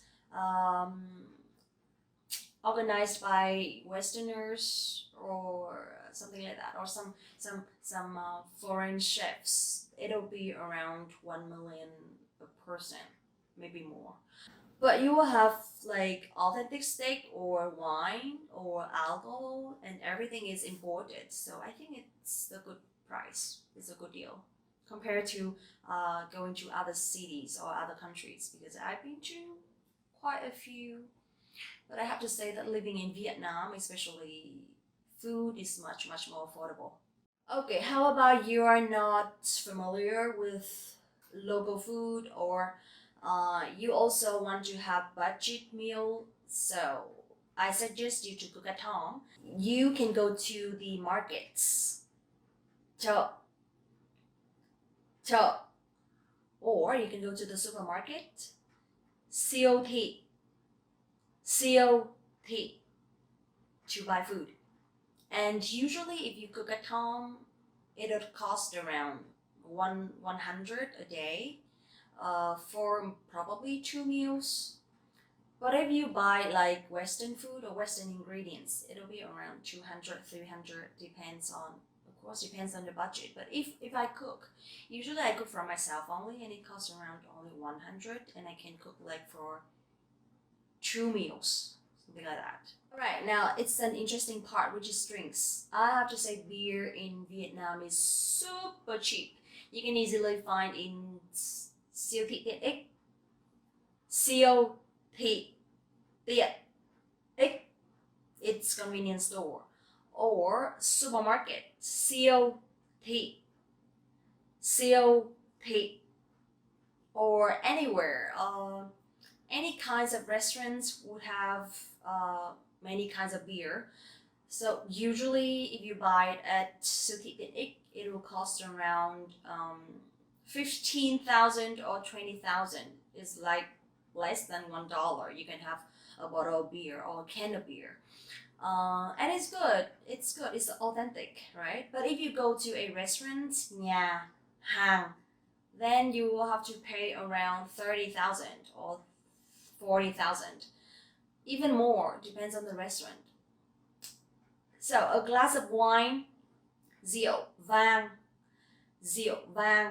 for a local restaurant, it'll cost around 70,000 or 80,000, which is $3. But if in a bar or in fancy restaurant, it might cost around 250.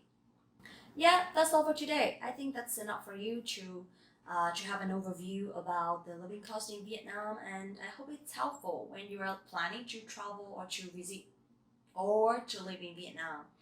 So please don't forget to like the video, subscribe the channel, and visit the website Vietnamesepod101.com to learn more Vietnamese with us. I'm Linh and thank you so much for watching the video. See you next time. Xin chào và hẹn gặp lại. Xin chào và hẹn gặp lại. Hello again. So today we will talk about top Vietnamese dishes you must try when you travel to Vietnam. And my name is Linh. Welcome back to Vietnamesepod101.com, the fastest, easiest, and most fun way to learn Vietnamese.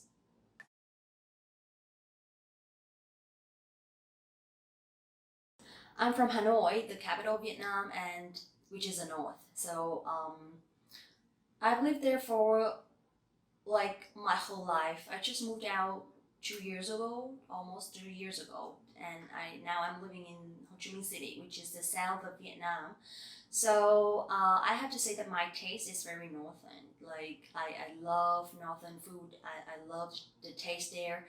But since I moved to Ho Chi Minh City, I have different experience about the southern food, the local food. So today I share you some differences between the food in the north and the food in the south. In the north, we prefer to have the natural sweetness of the ingredients. So we don't really put so much seasoning or too many different ingredients, but instead we prefer to enjoy the real flavor of the food, of the ingredients. And food in Ho Chi Minh City, which is the south of Vietnam, I feel like here they like to have a lot of seasoning, a lot of ingredients, a lot of oil. They put a lot of sugar and oil in the dishes.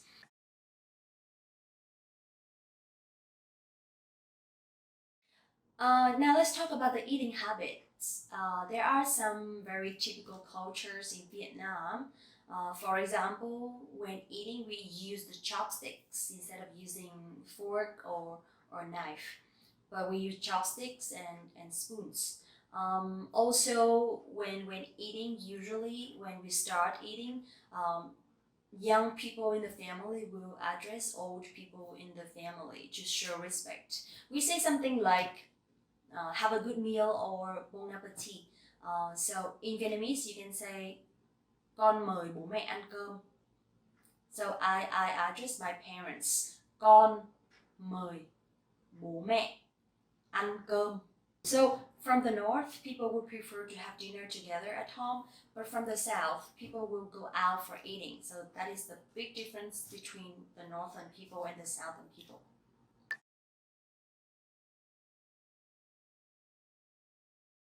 Now it's the best part. Let's talk about 10 famous dishes that you don't want to miss in Vietnam. Let's start with the number 1, pho. Pho. So you must have heard about pho a lot when talking about Vietnamese food. So we have chicken and beef pho, phở gà, and phở bò. So chicken pho and beef pho. I would say pho is from the north. I'm not sure if it's from Hanoi or Nam Định, but it's from the north. So it's very sweet, the natural sweetness of the meat and the bones, and also the combination between some noodles, some soup, some meat, some onion, some spring onion, and a little bit of chili sauce and fish sauce and lime. And it's the best breakfast ever. The best. I can eat pho every day. I mean, every day.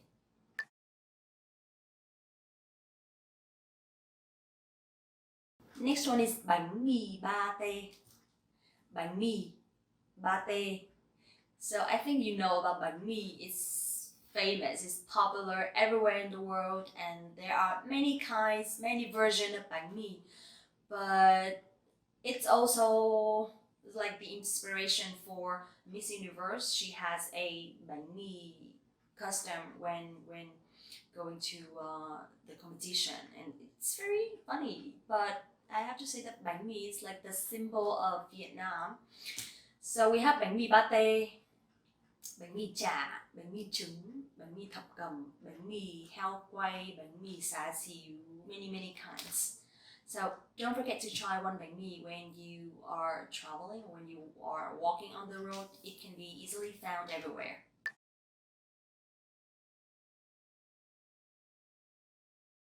Bún chả. Bún chả. Bún chả is one of the best dishes that every foreigners love because it's easy to eat, it's tasty, it's light, it's healthy, and it's just delicious. So usually bún chả is made of pork. I can't only think about the other versions of bún chả, but it's pork, and they chop the meats. They mix with some seasoning and they grill it. And the fish sauce is the key point of the dish. Okay, you have to mix some fish sauce and some sugar, some vinegar, garlic, peppers. You have to boil it a little bit to make it to make all the flavors go well together or something. And then you eat with noodle, with the rice noodle, which is bún. So bún is the noodle and chả is the meat. Amazing.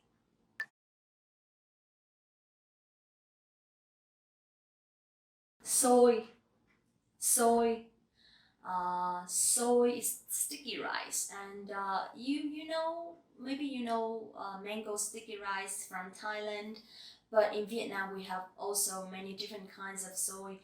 So we have soy thịt, so sticky rice with meat, but they cook very well. They slow cook for a long time. The meat becomes very soft, very tender, very juicy, but very tasty. And we eat with sticky rice. So also we have soy mo from corn. So it's like corn sticky rice. Soy xéo, soy gà, soy chả, soy pate, soy a lot. But for me, sticky rice is a little bit hard. It's a little bit heavy for breakfast. So usually I eat sticky rice for lunch or it's like in the middle of the day.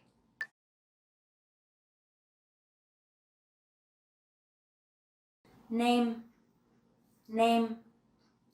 Name is from the north, but from the south they say chả giò. Chả giò. Chả giò. So this is one of my favorite dishes because I can cook it. So this is a combination of vegetables, carrot, meat, some glass noodle, some onions, some pepper, some spring onion, some other vegetables, some dry shrimps, some mushroom, and they mix all of them together. They put it in the rice cake and then they roll them, and after that they fry it. So it will be very crunchy outside but very soft and moist inside, and you have to make a sauce to eat with noodles. So usually we eat nem with bún chả. So we have bún chả, bún nem, or yeah, that's it. And this nem is always on the plate of holiday, public holiday, especially Tết, Lunar New Year.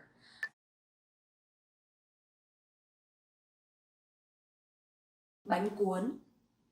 Bánh cuốn. So the special thing about this dish is it's very light, and you can either eat for breakfast, for lunch, for brunch, for snack in the afternoon, and even for dinner. So it's very flexible, and the key is also the sauce, the fish sauce. So we have bánh cuốn Thanh Trì, bánh cuốn Hà Nội, bánh cuốn Tây Hồ. Usually it's like the name is from where the bánh cuốn is made.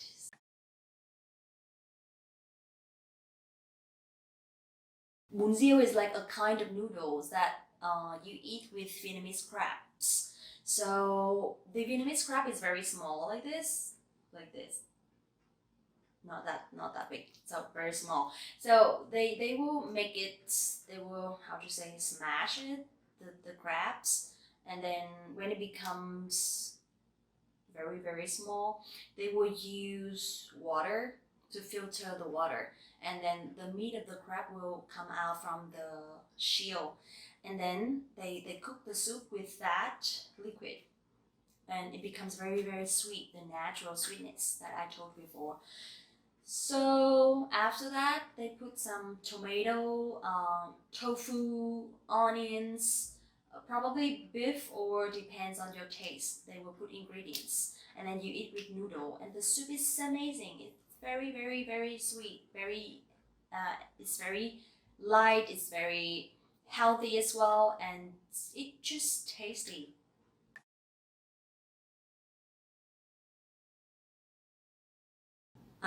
Bún đậu mắm tôm. So this is a tricky dish because not so many people can eat that. The key is the mắm tôm. Mắm tôm. Mắm tôm is like the sauce from shrimp, not from fish, not fish sauce, but we have shrimp sauce. So it smells really, really, really, really, really strong. And if you are sensitive with smells, with strong smells, like you can't eat durian, so you better be careful before you taste this. When you can't handle the smell, the combination of noodle, fried tofu, and the the shrimp sauce, it just so tasty. It's too good to resist because once you get familiar with that, I think like you will get addicted. So nowadays we have some other kinds of protein to eat with bún đậu mắm tôm, because before when we were very very poor, our parents or maybe grandparents designed this dish to handle the hunger. So now it becomes very popular because it's also a traditional dish of Vietnam.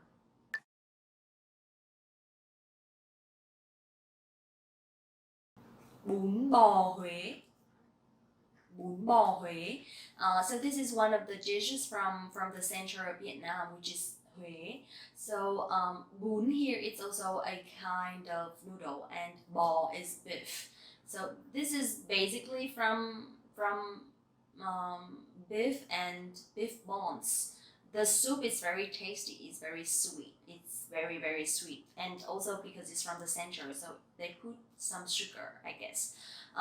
Also, they put some gingers and some other kinds of herbs that I'm not sure the name, because usually the soup is the secret, the key of the dish. So bún bò Huế, bún bò Huế.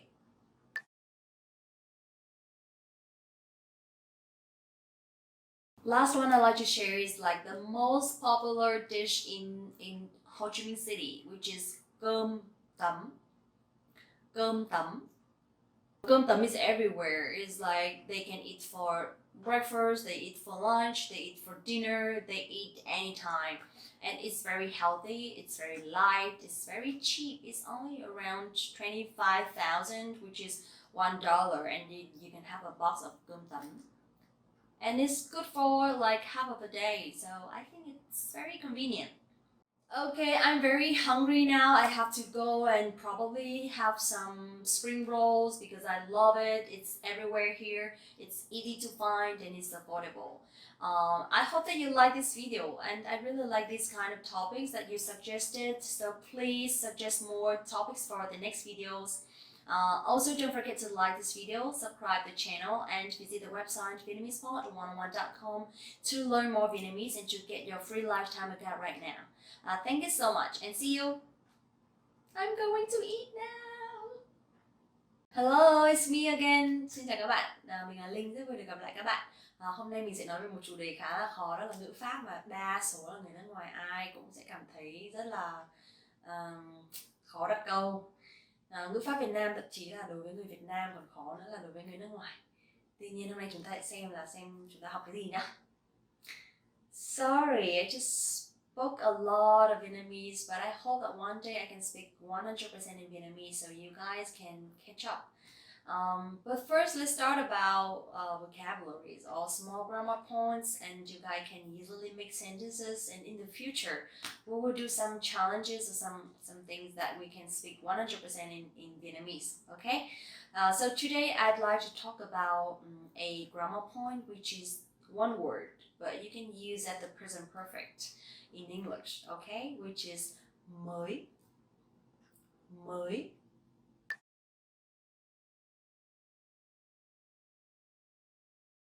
The funny thing is, mới in Vietnamese means new.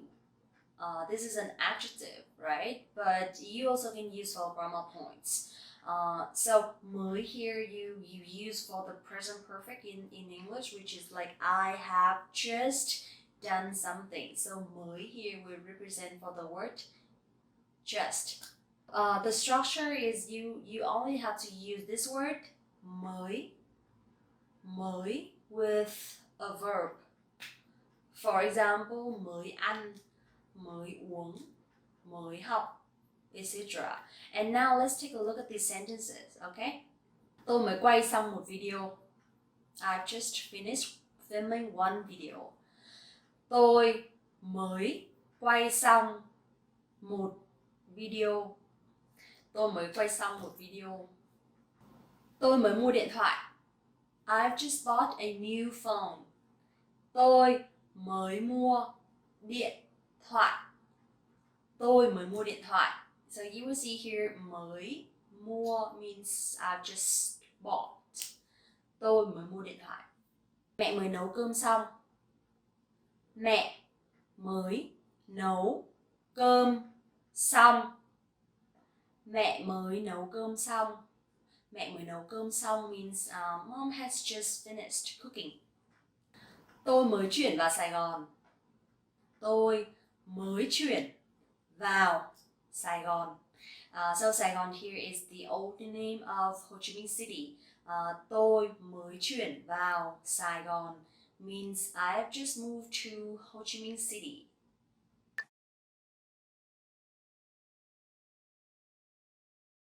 Alright, so now let's take a look at the questions and the answers so to see how you can use it in a short conversation, okay? Bạn đã ăn gì chưa? Bạn đã ăn gì chưa? Bạn đã ăn gì chưa means have you eaten anything? So here you will see bạn is you. Đã here is did. So the word đã you put before the verbs to represent for the action in the past. Also, again, we don't have to conjugate the verb. Đã ăn gì chưa? So ăn gì actually here eat what. Okay, eat what, and chưa is yet.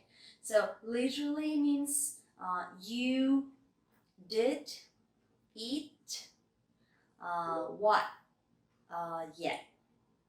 That means have you eaten anything yet?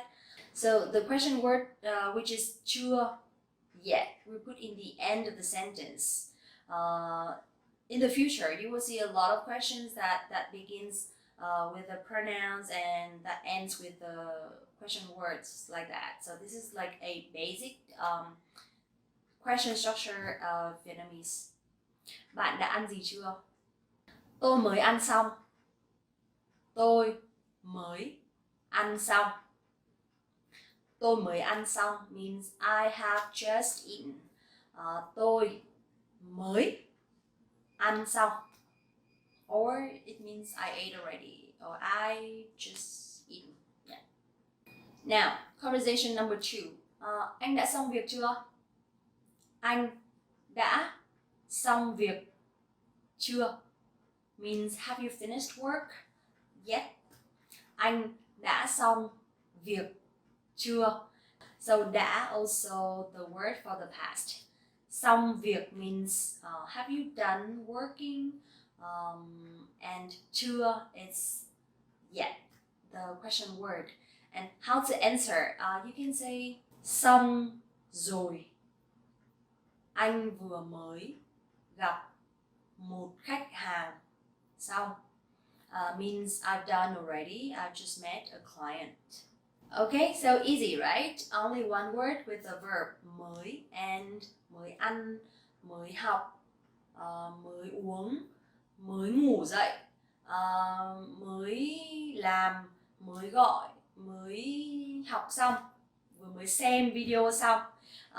So I hope that this video is helpful for you, and tell me if you need to study any grammar points, because Vietnamese grammar is very wide, and not sure what you really want to learn, or not sure if you really need to learn. So slowly I will deliver more grammar videos like this. Okay, also don't forget to like this video, subscribe the channel, and visit the website VietnamesePod101.com to learn more Vietnamese with us, me and maybe other hosts. Okay, thank you so much for watching the videos, and see you very soon. Hello, I'm back. It's Ling. Hello, I'm back. How to start?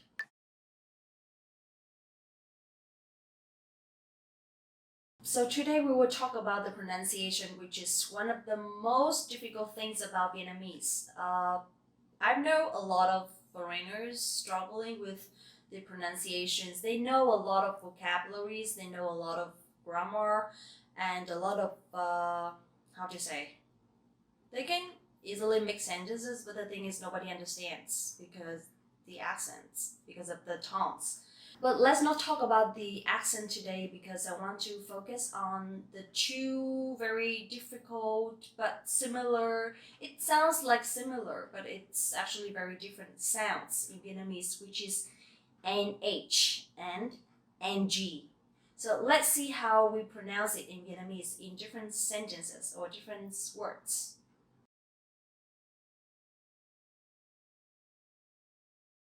The NH in Vietnamese, you pronounce nhờ, nhờ. So it's not like the N in English, okay? Nhờ, nhờ. Let's see how it looks in words. Nhà, nhà. It's a house. Nhà. This is my house. No, it's not. Nhà, nhà bạn ở đâu? Nhà bạn ở đâu? Where's your house? So, nhà bạn ở đâu? Or nhà bạn ở đâu? Nhanh, nhanh means fast. Linh, bạn nói nhanh quá, tôi không nghe kịp. Means Linh, you speak too fast, I can't hear. Linh, bạn nói nhanh quá, tôi không nghe kịp. Nói nhanh quá không nghe kịp. Sorry, I will speak slower. Nhai, nhai.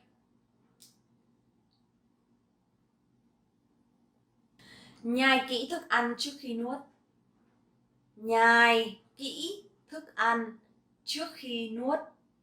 So it means chew food thoroughly before swallowing.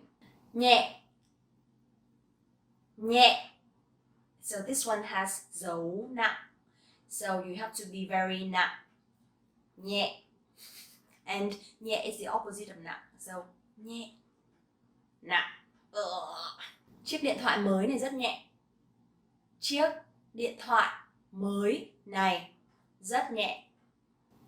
Quả nho, quả nho, nho, nho, nho, nho, nho, nho, nho. Grapes. Tôi thích ăn nho. Tôi thích ăn nho. I like grapes. Nhớ, nhớ. Dấu sắc, dấu sắc. Nhớ means miss. I miss you, I miss you. So, tôi nhớ bạn. Usually we don't say tôi and bạn. So we say em nhớ anh. I miss you. But for women saying em nhớ anh. So the other person will say anh cũng nhớ em. I miss you too. So nhớ. Nhưng, nhưng. So you will see the chữ nhưng, but. Tiếng Việt rất khó, nhưng rất thú vị. Tiếng Việt rất khó nhưng rất thú vị. Means Vietnamese is difficult but interesting. Nhạc, nhạc, dấu nặng. Nhạc, nhạc, music. I like music, so you can just say tôi thích nghe nhạc. Tôi thích nghe nhạc. I like listening to music.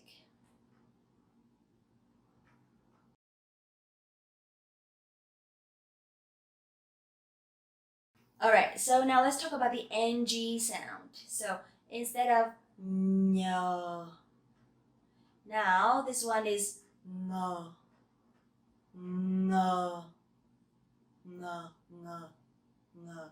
Okay? No. Now let's take a look at the sentences. Ngày, ngày. It states ngày, ngày. So, ngày hôm qua, ngày hôm nay, ngày mai. Hôm qua, ngày hôm qua, ngày hôm nay, ngày mai means yesterday, today and tomorrow. Ngon.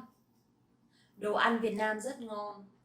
Vietnamese food is delicious. Đồ ăn Việt Nam rất ngon. And also I will have a video about Vietnamese food, so please check it out. Đồ ăn Việt Nam rất ngon. Nghe, nghe, nghe. Tôi thích nghe nhạc. Tôi thích nghe nhạc. Tôi thích nghe nhạc. So you will see that NG and NH in the same sentence. Tôi thích nghe nhạc.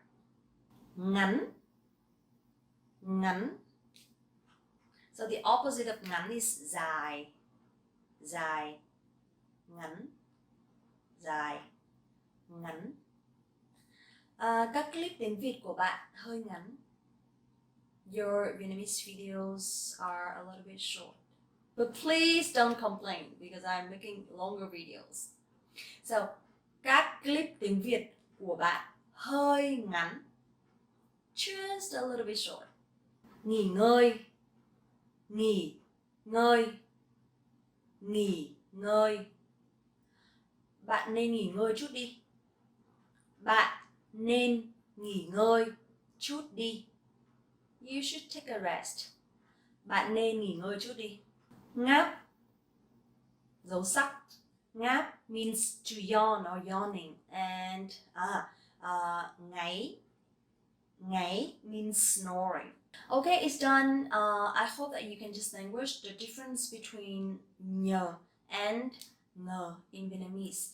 I'm not sure if you can hear me well because through video, so you can try to use it in sentences because you can easily see the differences of the sounds. Okay, please don't forget to like this video, subscribe the channel, and visit the website vietnamesepod101.com for your free lifetime account.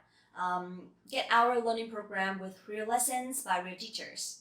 And now it's time to finish. See you next time. See you in the next videos.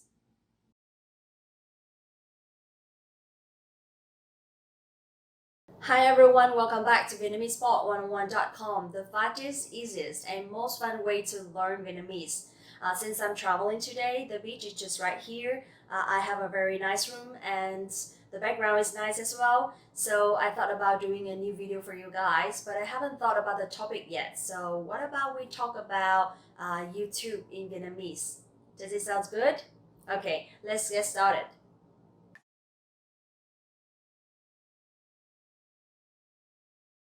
The first one is like and comment. Of course, we have the words in Vietnamese, but nowadays people started using like and comments as very friendly and common words.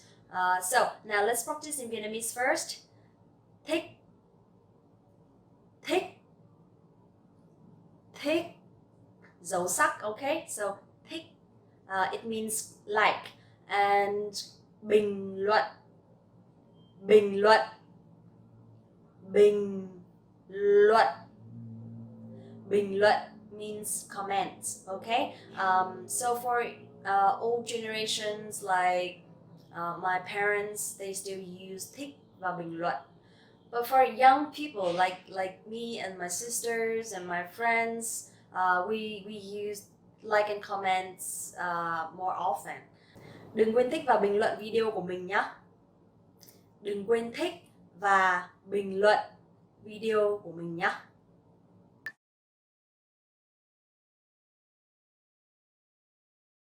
Theo dõi trang, theo dõi trang, hoặc đăng ký, đăng ký.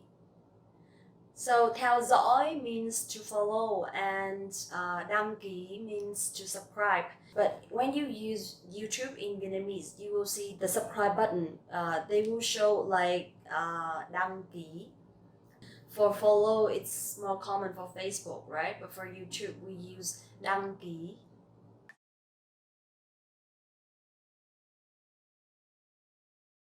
Kênh, kênh, channel. Kênh, kênh here means channel, and Vietnamese 101 is a channel. Also, we have many different kinds of channel on YouTube. So if you want to say, please subscribe my channel, you can say, hãy đăng ký kênh của mình nhé. Hãy đăng ký kênh của mình nhé. Hãy đăng ký kênh của mình nhé.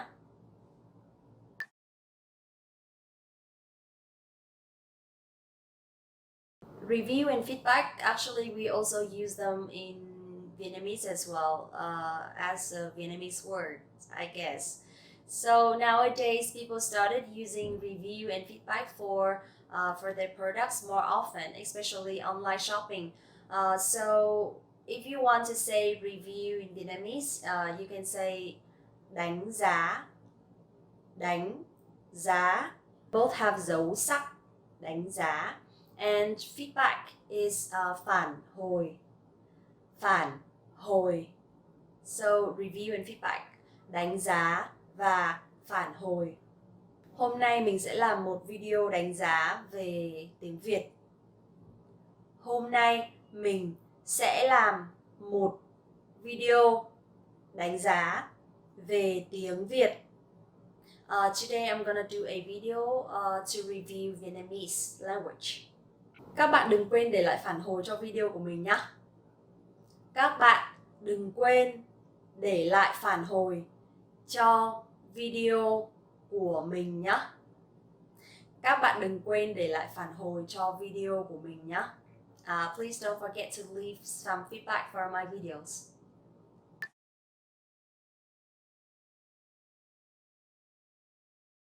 Phát trực tiếp, phát trực tiếp, phát trực tiếp. So phát trực tiếp means to live stream, right?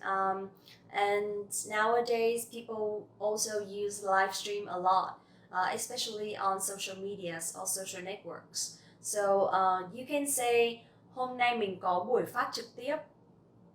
Hôm nay mình có buổi phát trực tiếp. Hôm nay mình có buổi phát trực tiếp. Today I have a live stream.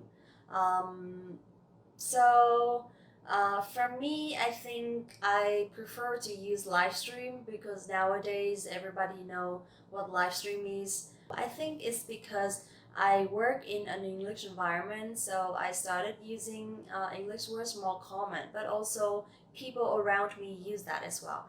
So I think it's not a big deal. It's nothing wrong with using some English words for some specific fields or some specific areas.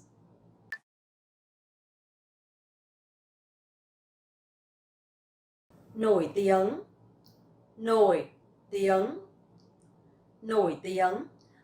Nổi tiếng means very popular or very famous. In sentence, you can say cô ấy rất nổi tiếng trên YouTube. Cô ấy rất nổi tiếng trên YouTube. Cô ấy rất nổi tiếng trên YouTube means she's very popular on YouTube. So here you will see the sentence structure is very similar to English, right? Cô ấy She, rất nổi tiếng is very popular. In Vietnamese, sometimes you can drop to be verb instead of using cô ấy thì rất nổi tiếng. So we can just say cô ấy rất nổi tiếng. So that's the reason why a lot of Vietnamese students, when learning English, they drop to be verbs as a habit.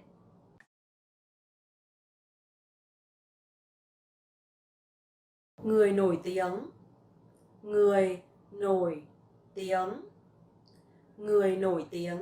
Người nổi tiếng you can use for famous people, popular people, or influencers. Nowadays we use người nổi tiếng a lot. So basically they have a lot of followers, they have a lot of fans, and they influence or they inspire people on social networks a lot. Okay? So người nổi tiếng.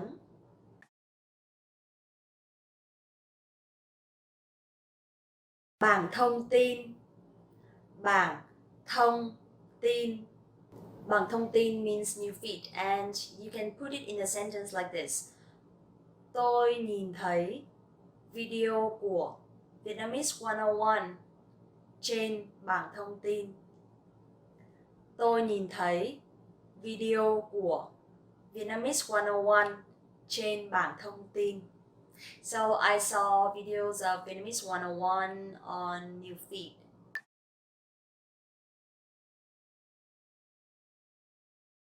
Next one is viral. So in Vietnamese you can say lan tỏa. Lan tỏa. Lan tỏa. Nowadays people tend to make viral videos a lot to inspire and to influence people. So in this sentence or in these situations you can say gần đây mạng xã hội có rất nhiều video mang tính lan tỏa. Gần đây mạng xã hội có rất nhiều video mang tính lan tỏa. Gần đây mạng xã hội có rất nhiều video mang tính lan tỏa. So that means recently on social networks there are many viral videos.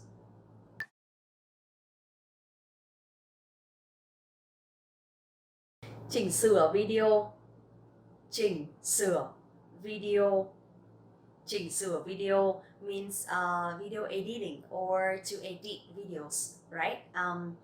This one is very common for me because I make videos and I have to edit all the time for Vietnamese 101. This is also one of my hobbies, one of the things that I really enjoy doing in my free time. So you can use in sentence like this.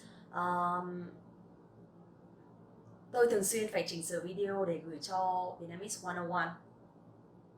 Tôi thường xuyên phải chỉnh sửa video để gửi cho Vietnamese 101. Tôi thường xuyên phải chỉnh sửa video để gửi cho Vietnamese 101. That means I usually have to edit videos to send to Vietnamese 101.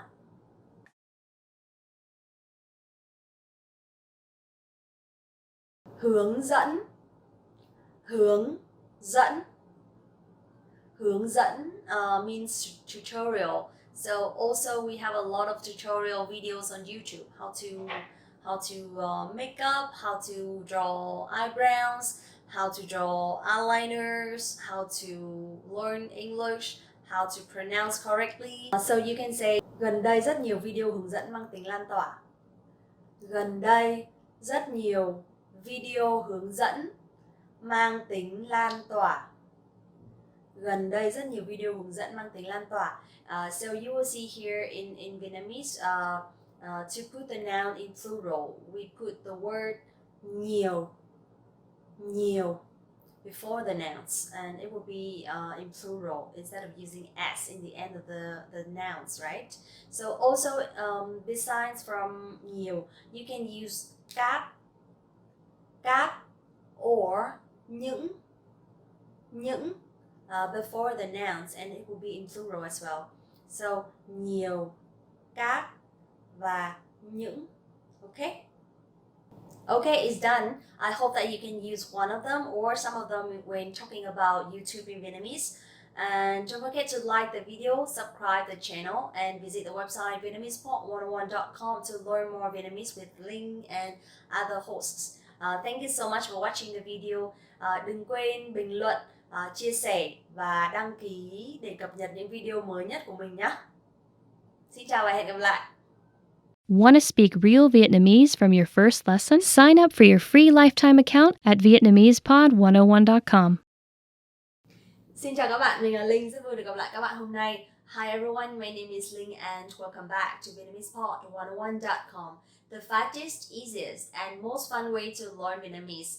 In this video today, I'm going to show you some must-know Vietnamese business English expressions for the presentation. So I think it's very helpful for office workers, especially people who always have to prepare for presentation, especially foreigners when they come to Vietnam and they work with Vietnamese workers. So now let's get started.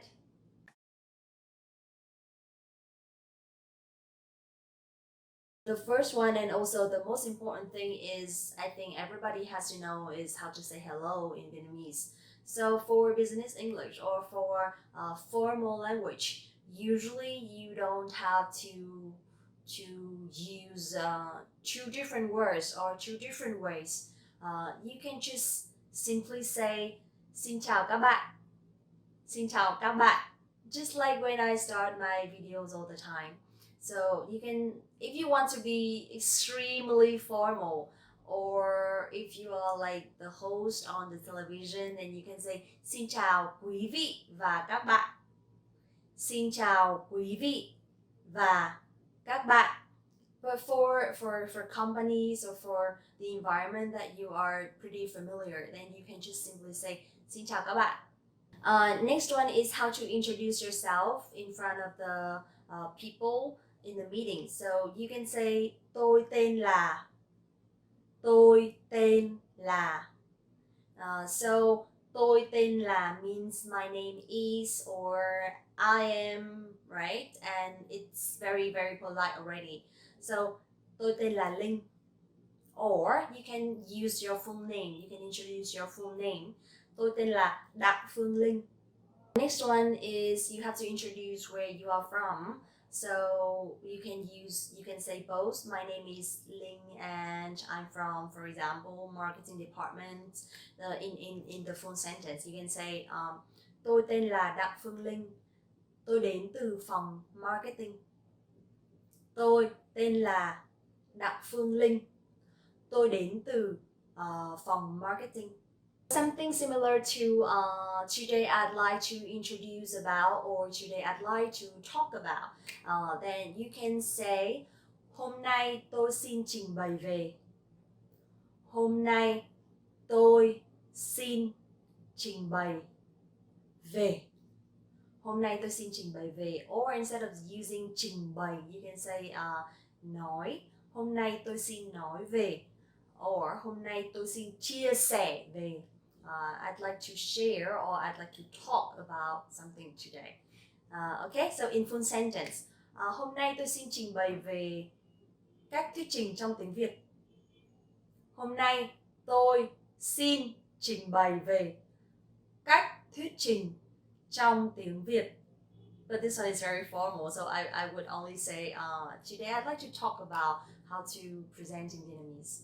Not like today I would like to talk about how to do presentation in Vietnamese. That is very formal, yes. Okay, next one is linking words, which I think very, very important too in English. So people can easily catch up or follow up you. So also like in English, we have first. In Vietnamese, you can say đầu tiên. Đầu tiên. Đầu tiên means first, okay? Thứ hai. Thứ hai. Thứ hai. This one means secondly, but it also means Monday. Thứ ba. Thứ ba. Thứ ba means third, but it also means Tuesday. You also can use sau đó. Sau đó means after that. Sau đó. Or you can use tiếp theo. Tiếp theo Tiếp theo means next or next. So for these linking words you can use to introduce the agenda of the meeting. So xin chào các bạn, hôm nay tôi xin trình bày về cách thuyết trình trong tiếng Việt. Đầu tiên chúng ta sẽ nói về 1, 2, 3, 4, 5. Tiếp theo chúng ta sẽ nói về 1, 2, 3, 4, 5. Sau đó chúng ta sẽ nói về 1, 2, 3, 4, 5. Và cuối cùng means finally or in the end. Cuối cùng chúng ta sẽ nói về 1, 2, 3, 4, 5. After introducing the agenda, I think it's you can go to the point, which I hope that you can speak fluently in Vietnamese. Alright, so after introducing your topics or after presenting your topic, you can finally ask people, các bạn có câu hỏi gì không? Các bạn có câu hỏi gì không? Các bạn có câu hỏi gì không? It literally means you do have any questions. So that means, do you have any questions, right? But the sentence structure in Vietnamese will be a little bit different to English. Các bạn có câu hỏi gì không? To ask if people have any questions or any feedback for your presentation. And finally, I think you should introduce your contact a little bit, so people would know how to touch you, how to contact you, how to email or call you after your presentations if they have any questions or any further feedback. Alright, so you can use, các bạn có thể liên lạc với tôi qua số điện thoại hoặc email. Các bạn có thể liên lạc với tôi qua số điện thoại hoặc email. Các bạn có thể liên lạc với tôi qua số điện thoại hoặc email. And then you put your telephone number and your email address. Alright, so almost finished. Last one, I think you should say xin cảm ơn và hẹn gặp lại. Xin cảm ơn và hẹn gặp lại. It means thank you very much and see you soon or see you again. Usually in my Vietnamese videos, I would say xin chào và hẹn gặp lại. That means bye and see you soon or bye and see you again. So after presenting, I think you should say thank you and see you again or see you next time. So xin cảm ơn và hẹn gặp lại. But for me, it'll be xin chào và hẹn gặp lại. Okay, so it's done for the lesson today. I hope that it's helpful for you. And I'm not very sure if I can help you in any other topics, so please let me know at the comment below. Also, please don't forget to like the video, subscribe the channel, and visit the website VietnamesePod101.com to learn more Vietnamese with Linh and other hosts. Thank you so much and see you. Xin chào và hẹn gặp lại. Xin chào các bạn, mình tên là Linh, rất vui được gặp lại các bạn. Hôm nay mình sẽ chia sẻ với các bạn về 6 thanh âm trong tiếng Việt.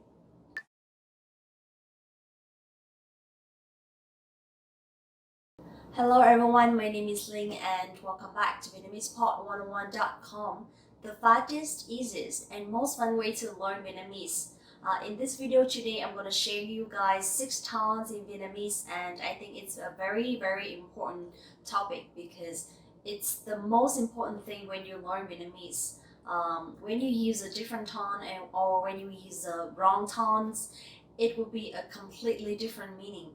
And it decides your pronunciation, it decides your accent, and it decides how good you are when learning Vietnamese. So let's get started.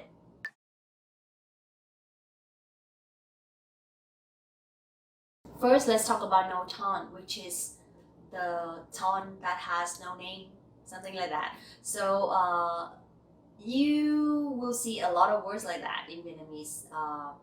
And basically the no tone in Vietnamese will be a little bit higher than the usual tone that you speak in English. So that's why when you hear Vietnamese people or even me speaking English, you will feel like their tone is a little bit too high. I'm not sure. So let's try some words in Vietnamese. So my name is one of the examples. Linh, Linh. It will be like this. Linh, Linh. Okay. Next one is a very common word. Không, không, không. So you feel the tone? Không means no. And also it'll be in a negative form of the verb. For example, không ăn. Không ăn means don't eat. Không đi means don't go. So không. Hay means good, or it also means often. Hay, hay. So hay không means is it good? So this is a yes no question. When you put the word không in the end of the sentence, it'll be do you, or are you, or can you. But in this situation, hay không means is it good?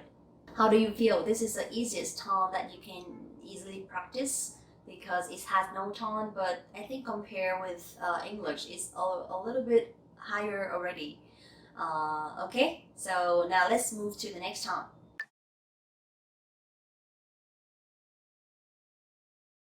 Dấu sắc, dấu sắc. This is the up tone, and as you see in the word dấu sắc, they are both have dấu sắc, the sắc tones, but actually the sounds are very different, right? Dấu is a little bit softer, and sắc is a little bit sharper and stronger. So there will be two tones when using dấu sắc, like that. Dấu sắc. Now let's take a look at the words. Since talking about dấu sắc, I'd like to review a little bit about days. Thứ hai, thứ hai means Monday. Thứ hai, so hai here means two and means day two. So Sunday is the first day, right? And from Monday we say day two. Thứ hai, thứ ba means Tuesday. Thứ ba, thứ tư, thứ tư, thứ tư, thứ năm, thứ năm, thứ sáu, thứ sáu. Okay, so you will see both dấu sắc and không dấu in one word. Thứ năm, thứ năm. How do you feel? How do you feel the difference? Thứ năm or thứ sáu. So they both have dấu sắc. Thứ sáu, thứ sáu. Okay, clear? Now let's try another word. Máy bay. Máy bay means airplane, an airplane. So they also have dấu sắc và không dấu. Máy bay. Máy bay.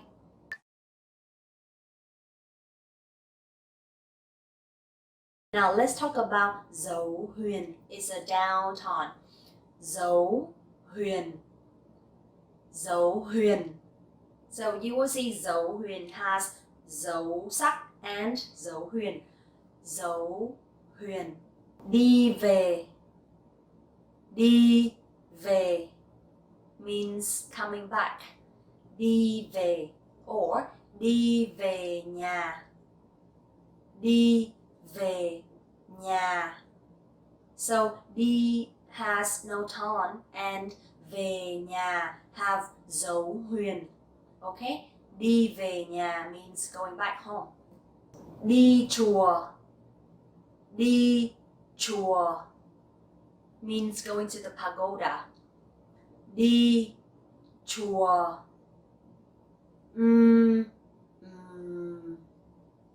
Đi chùa. Ngoài đường. Ngoài đường. Ngoài đường means outside or on the road. Ngoài đường. Đi làm. Đi làm. Đi làm means going to work. Do you see a little bit different between the no tone and số huyền? Đi làm. Đi làm.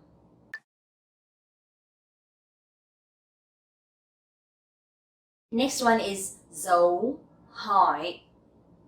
Dấu hỏi. Try again. Dấu hỏi. Hỏi. Okay, clear? Hỏi. But when we speak faster, it will be dấu hỏi. Hỏi. Hỏi. Okay, now let's take a look at the words. Cởi mở. Cởi mở. Cởi mở means open. She is very open. Cô ấy rất cởi mở. Cô ấy rất cởi mở. Phải. Phải. Phải. So we have trái, rẽ trái, right? And phải, rẽ phải. Phải is right. Turn right on the right side. Phải. Của tôi. Của tôi means my or mine. The possessive. Của tôi.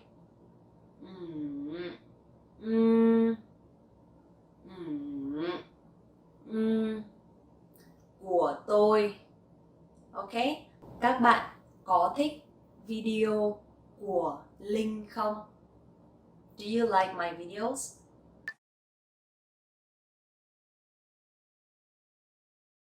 Dấu ngã. Dấu ngã. Ngã like singing, right? Dấu ngã.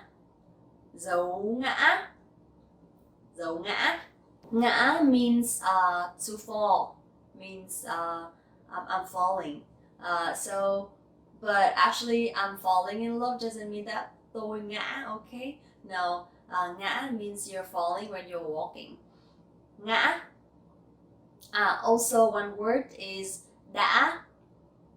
Đã. Đã means the simple past. So when you want to talk about the past, we don't have past continuous, we don't have simple past, we don't have present perfect. You can just put the word đã before the verbs, that is fine. Đã ăn, I ate. Đã uống, drank.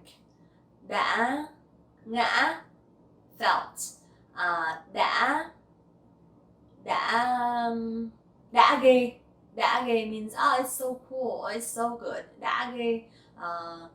Uống nước lạnh. Đã ghê means drinking cold water is very cool or very nice or very good. Đã ghê. Mãi mãi. Mãi mãi means forever. Mãi mãi. How to put this one in sentences? Let me see. Em mãi mãi yêu anh means I love you forever.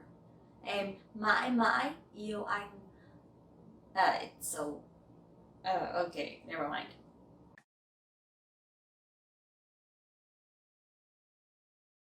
Okay, last one. Dấu nặng. Dấu nặng. So nặng here means heavy, and yes, this tone is a little bit heavy, it's a little bit strong, and you have to put like dấu nặng. Dấu nặng. Nặng. How does it sound? Is it weird? So don't feel funny when hearing Vietnamese people speaking English, because our pronunciation or our accent is influenced a lot by our tones. So that's why when we speak Vietnamese, it will sound a little bit heavier than people from other countries. dấu nặng. Đi bộ đội, đi bộ đội means joining the army. Đi bộ đội. Đi du lịch, đi du lịch, đi du lịch means to travel. Tôi rất thích đi du lịch. Tôi rất thích đi du lịch. Tôi rất thích đi du lịch. Okay, so also just it's likely dấu sắc. It has two tones. In dấu nặng, it also has two tones. Like đi bộ đội, it's one tone, and du lịch, it's a second tone when using dấu nặng. Okay, so I think it's a little bit difficult to remember, but the thing is just try to hear as many words as possible, and I think like you get used to it. Okay, it's done for today. Such a very difficult video, right? But don't give up, okay? Because I will always be here with you guys to practice pronunciation and accent. Please also don't forget to like the video, subscribe the channel, and visit the website VietnamesePod101.com to learn more Vietnamese. Thank you so much for watching again, and see you in the next video. Hi everyone, my name is Ling and welcome back to VietnamesePod101.com, the fastest, easiest and most fun way to learn Vietnamese. Xin chào các bạn, mình tên là Linh, rất vui được gặp lại các bạn. Are you confused every time pronouncing Vietnamese name because it has tone, it has different accent or different pronunciations, or you just don't know whether is their name or their last name? So today I'll be introducing and sharing you guys some common Vietnamese names and how to pronounce them. Okay, now let's get started.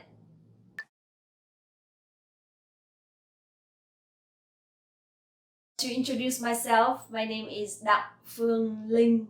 So usually Vietnamese names will have three words. Đặng is my family name or my last name. So we will follow our father's names. So my dad's last name is Đặng. So my last name is also Đặng. Okay. Next one is Phương Linh. So Phương Linh is my name. So usually when I book the tickets, when I travel, then my last name would be Đặng and my first name would be Phương Linh. Now let's talk about one other interesting thing, which is, for example, you have a sister or you have a brother. So usually you will have similar or maybe the same middle names. For example, Ngọc Anh, Phương Anh, Ngọc Anh, Phương Anh. So you will have the same name and different middle name. Hoàng Anh, Hoàng Vi. So same middle name and different names. Or, but it doesn't have to be the same every time, okay? For example, in my family, my name is Phương Linh, my elder sister is Thủy Chi, and my younger sister is An Anh, so it's completely different.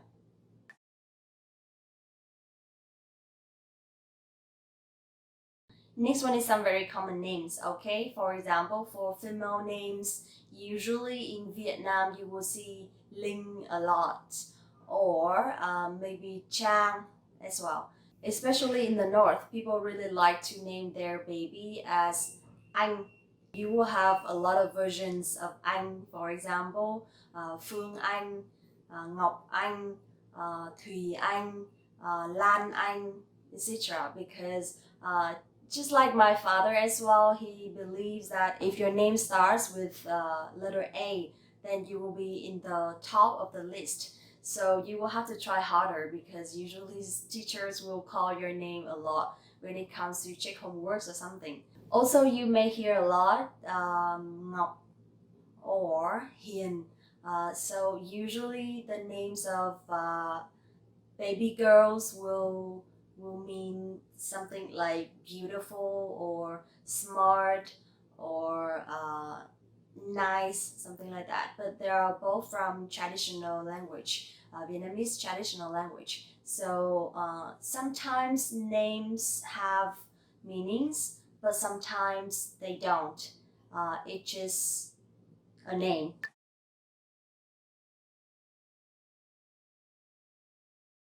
Now let's talk about some common male names. You will hear a lot people named Chung, Chung, or Tuấn, Tuấn, or maybe Tú, Tú, or Minh, Minh. Usually these kinds of names also mean looking good or strong or smart or intelligent, something like that. But they are all traditional words, okay?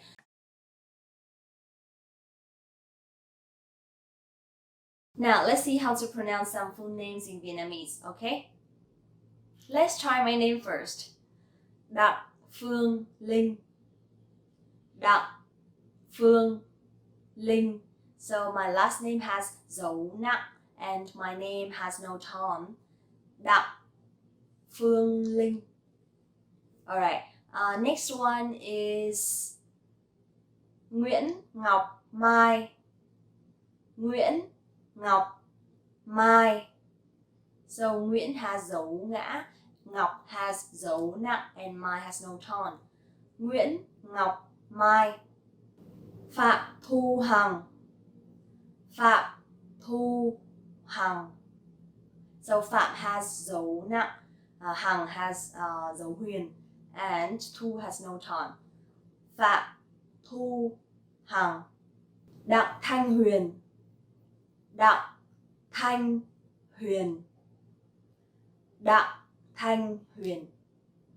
Okay, and some male names. For example, Phan Anh Minh. Phan Anh Minh. This one is a little bit easy to pronounce because it has no tone at all. Phan Anh Minh. Nguyễn Ngọc Tú. Nguyễn Ngọc Tú. Nguyễn Ngọc Tú.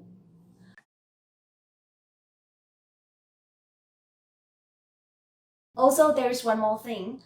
Usually Vietnamese people will not address each other by their last names. My name is Đặng Phương Linh, so when I introduce myself, tên tôi là Đặng Phương Linh, they will not address me as Miss Đặng or cô Đặng. No, they will call me okay, chào Linh. And also depends on how old the person is or how is the relationship between you and the person that you are talking to. You will address people based on their age or their relationship. In Vietnam, it's very common when asking each other when you were born because this is very important to decide how you address a person. So for example, people who are a little bit older than you, maybe a few years, for women, you will call chị, chị. And for men, you will say anh, anh. So anh and chị. If someone is younger than me, then they would call me chị Linh, chị Linh. But for people who are like completely younger than you, so you can just call them em for both men and women. Now, for a little bit older generations, like your parents' generations or your uncle or auntie, there are two words. First, for auntie, you can call them cô, cô. And for uncle, you can say chú, chú. Cô and chú are for people who are younger than your parents. And if with people who are older than your parents, then we have one word only for both women and men. Bác, bác. For example, my father's elder brother, I would call him as bác Đức, bác Đức. And for my father's younger brother, then I would call him chú Quang, chú Quang. Okay? When it comes to address people, including name and the title.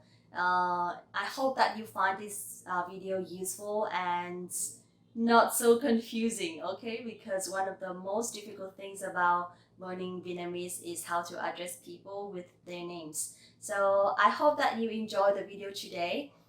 Please don't forget to like the video, subscribe the channel, and visit the website VietnamesePod101.com to learn more Vietnamese with us. Thank you so much for watching this video, and I hope to see you soon. Bye bye! Hey guys, it's Linh again. Welcome back to VietnamesePod101.com, the fastest, easiest, and most fun way to learn Vietnamese. I have a totally brand new place, which is my house. I'm back for a few weeks to visit my family, so I'm making some new videos for you guys too.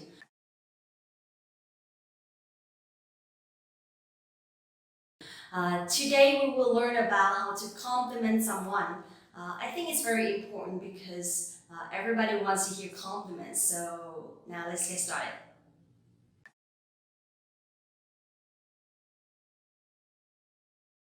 The first one, if you want to say someone is doing their good job or you want to encourage them after they've done something, so you can say bạn làm tốt lắm. Bạn làm tốt lắm means you did a great job or good job. So I think it's very easy to say anywhere because it's so easy to apply. Try again one more time. Bạn làm tốt lắm. Bạn làm tốt lắm.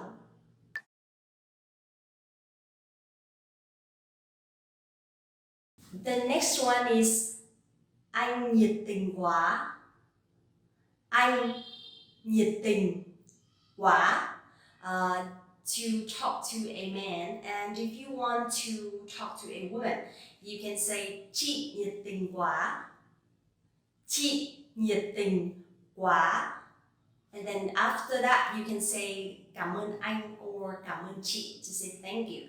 So this one literally means you're very enthusiastic or you're very passionate, something like that. It's like they are very enthusiastic to do something to help you or something. So you can just easily say, anh nhiệt tình quá, cảm ơn anh nhé.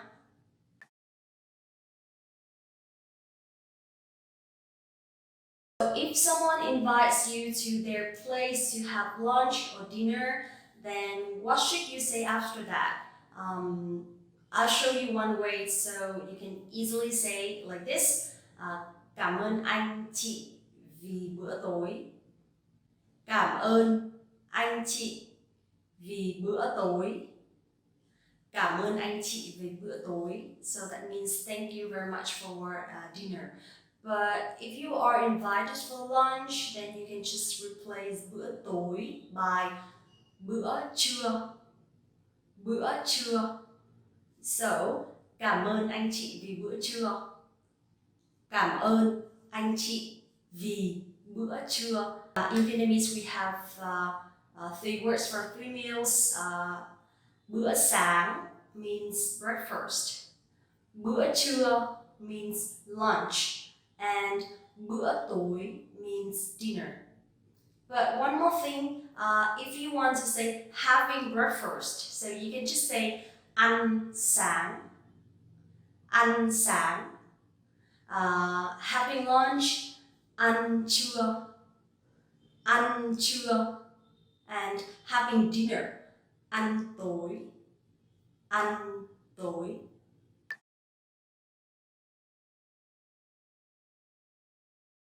When you see someone wearing something very nice or when you notice someone have something new, you can say màu này hợp với chị lắm. Màu này hợp với chị lắm. Màu này hợp với chị lắm for a woman. And for men, you can say màu này hợp với anh lắm. Màu này hợp với anh lắm. Màu này hợp với anh lắm. That means this color suits you a lot. So when they are wearing a new shirt or a new t-shirt or some new accessories with nice colors, so you can easily say this color suits you a lot. Màu này hợp với chị lắm. Màu này hợp với anh lắm.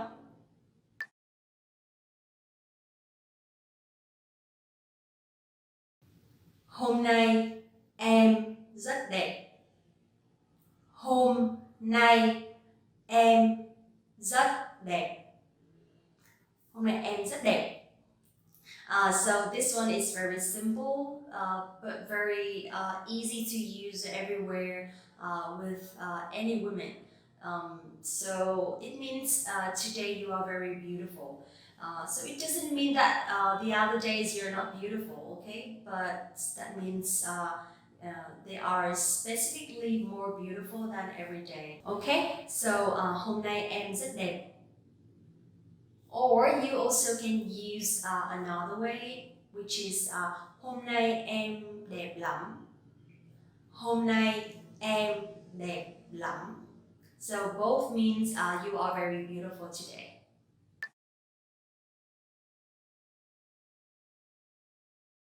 There is another way to compliment someone, which is to compliment their kids, because usually people are very proud of their kids, right? So if you compliment their kids are very smart or very beautiful or very intelligent, so they absolutely will love it.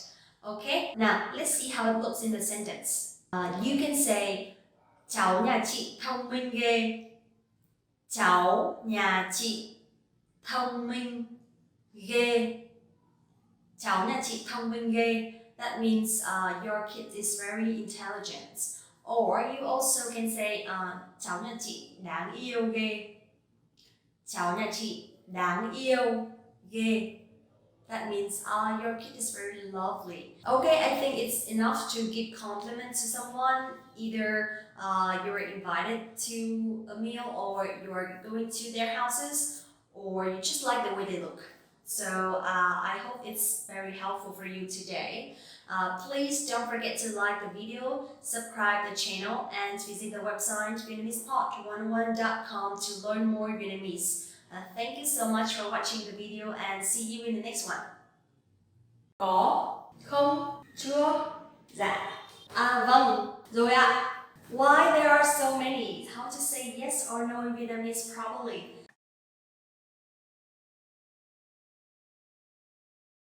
Hello everyone, welcome back to VietnamesePod101.com, the fastest, easiest, and most fun way to learn Vietnamese. My name is Linh and welcome back. Today I'm going to show you some ways to say yes or no correctly.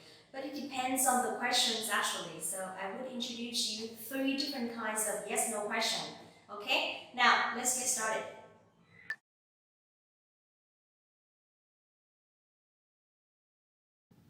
The first one that in English we call tap questions. So usually in this situation, you will ask the person to confirm whether the information is correct or not. And it's around 80-90% sure, okay? So in this situation, you will hear these 3 words in the end of the sentence or the question.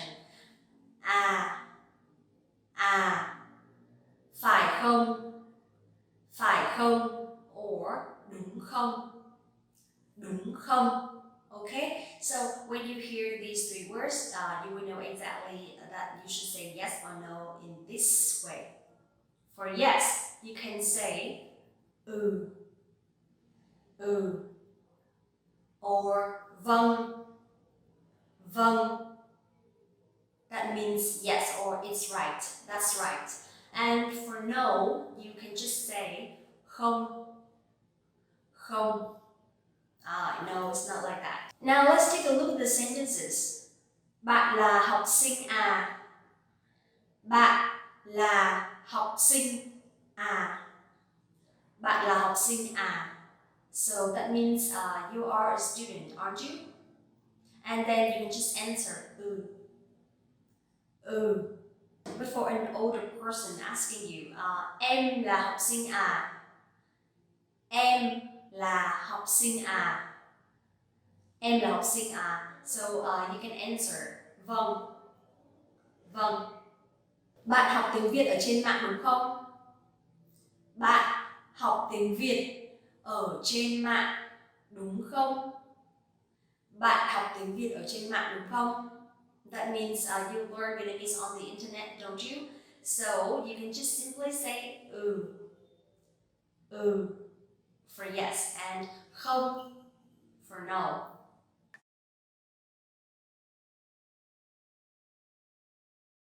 The second kinds of yes-no questions, which is do you or can you, then you will see at the ends of the sentence there will be the word không. For example, bạn có laptop không? Bạn có laptop không? Bạn có laptop không means do you have a laptop? So in these situations, you can just simply use two words, có and không for yes and no. Có không? Bạn có laptop không? Có. Bạn có laptop không? Không. Bạn có thích đi du lịch không? Bạn có thích đi du lịch không? Bạn có thích đi du lịch không? So, có for yes and không for no. Bạn có lái xe không? Bạn có lái xe không? Bạn có lái xe không means do you drive, and you can just simply say có for yes and không for no.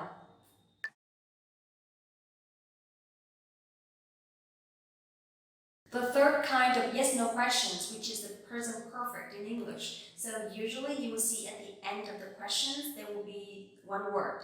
Chưa. Chưa. Let's take a look at the sentence.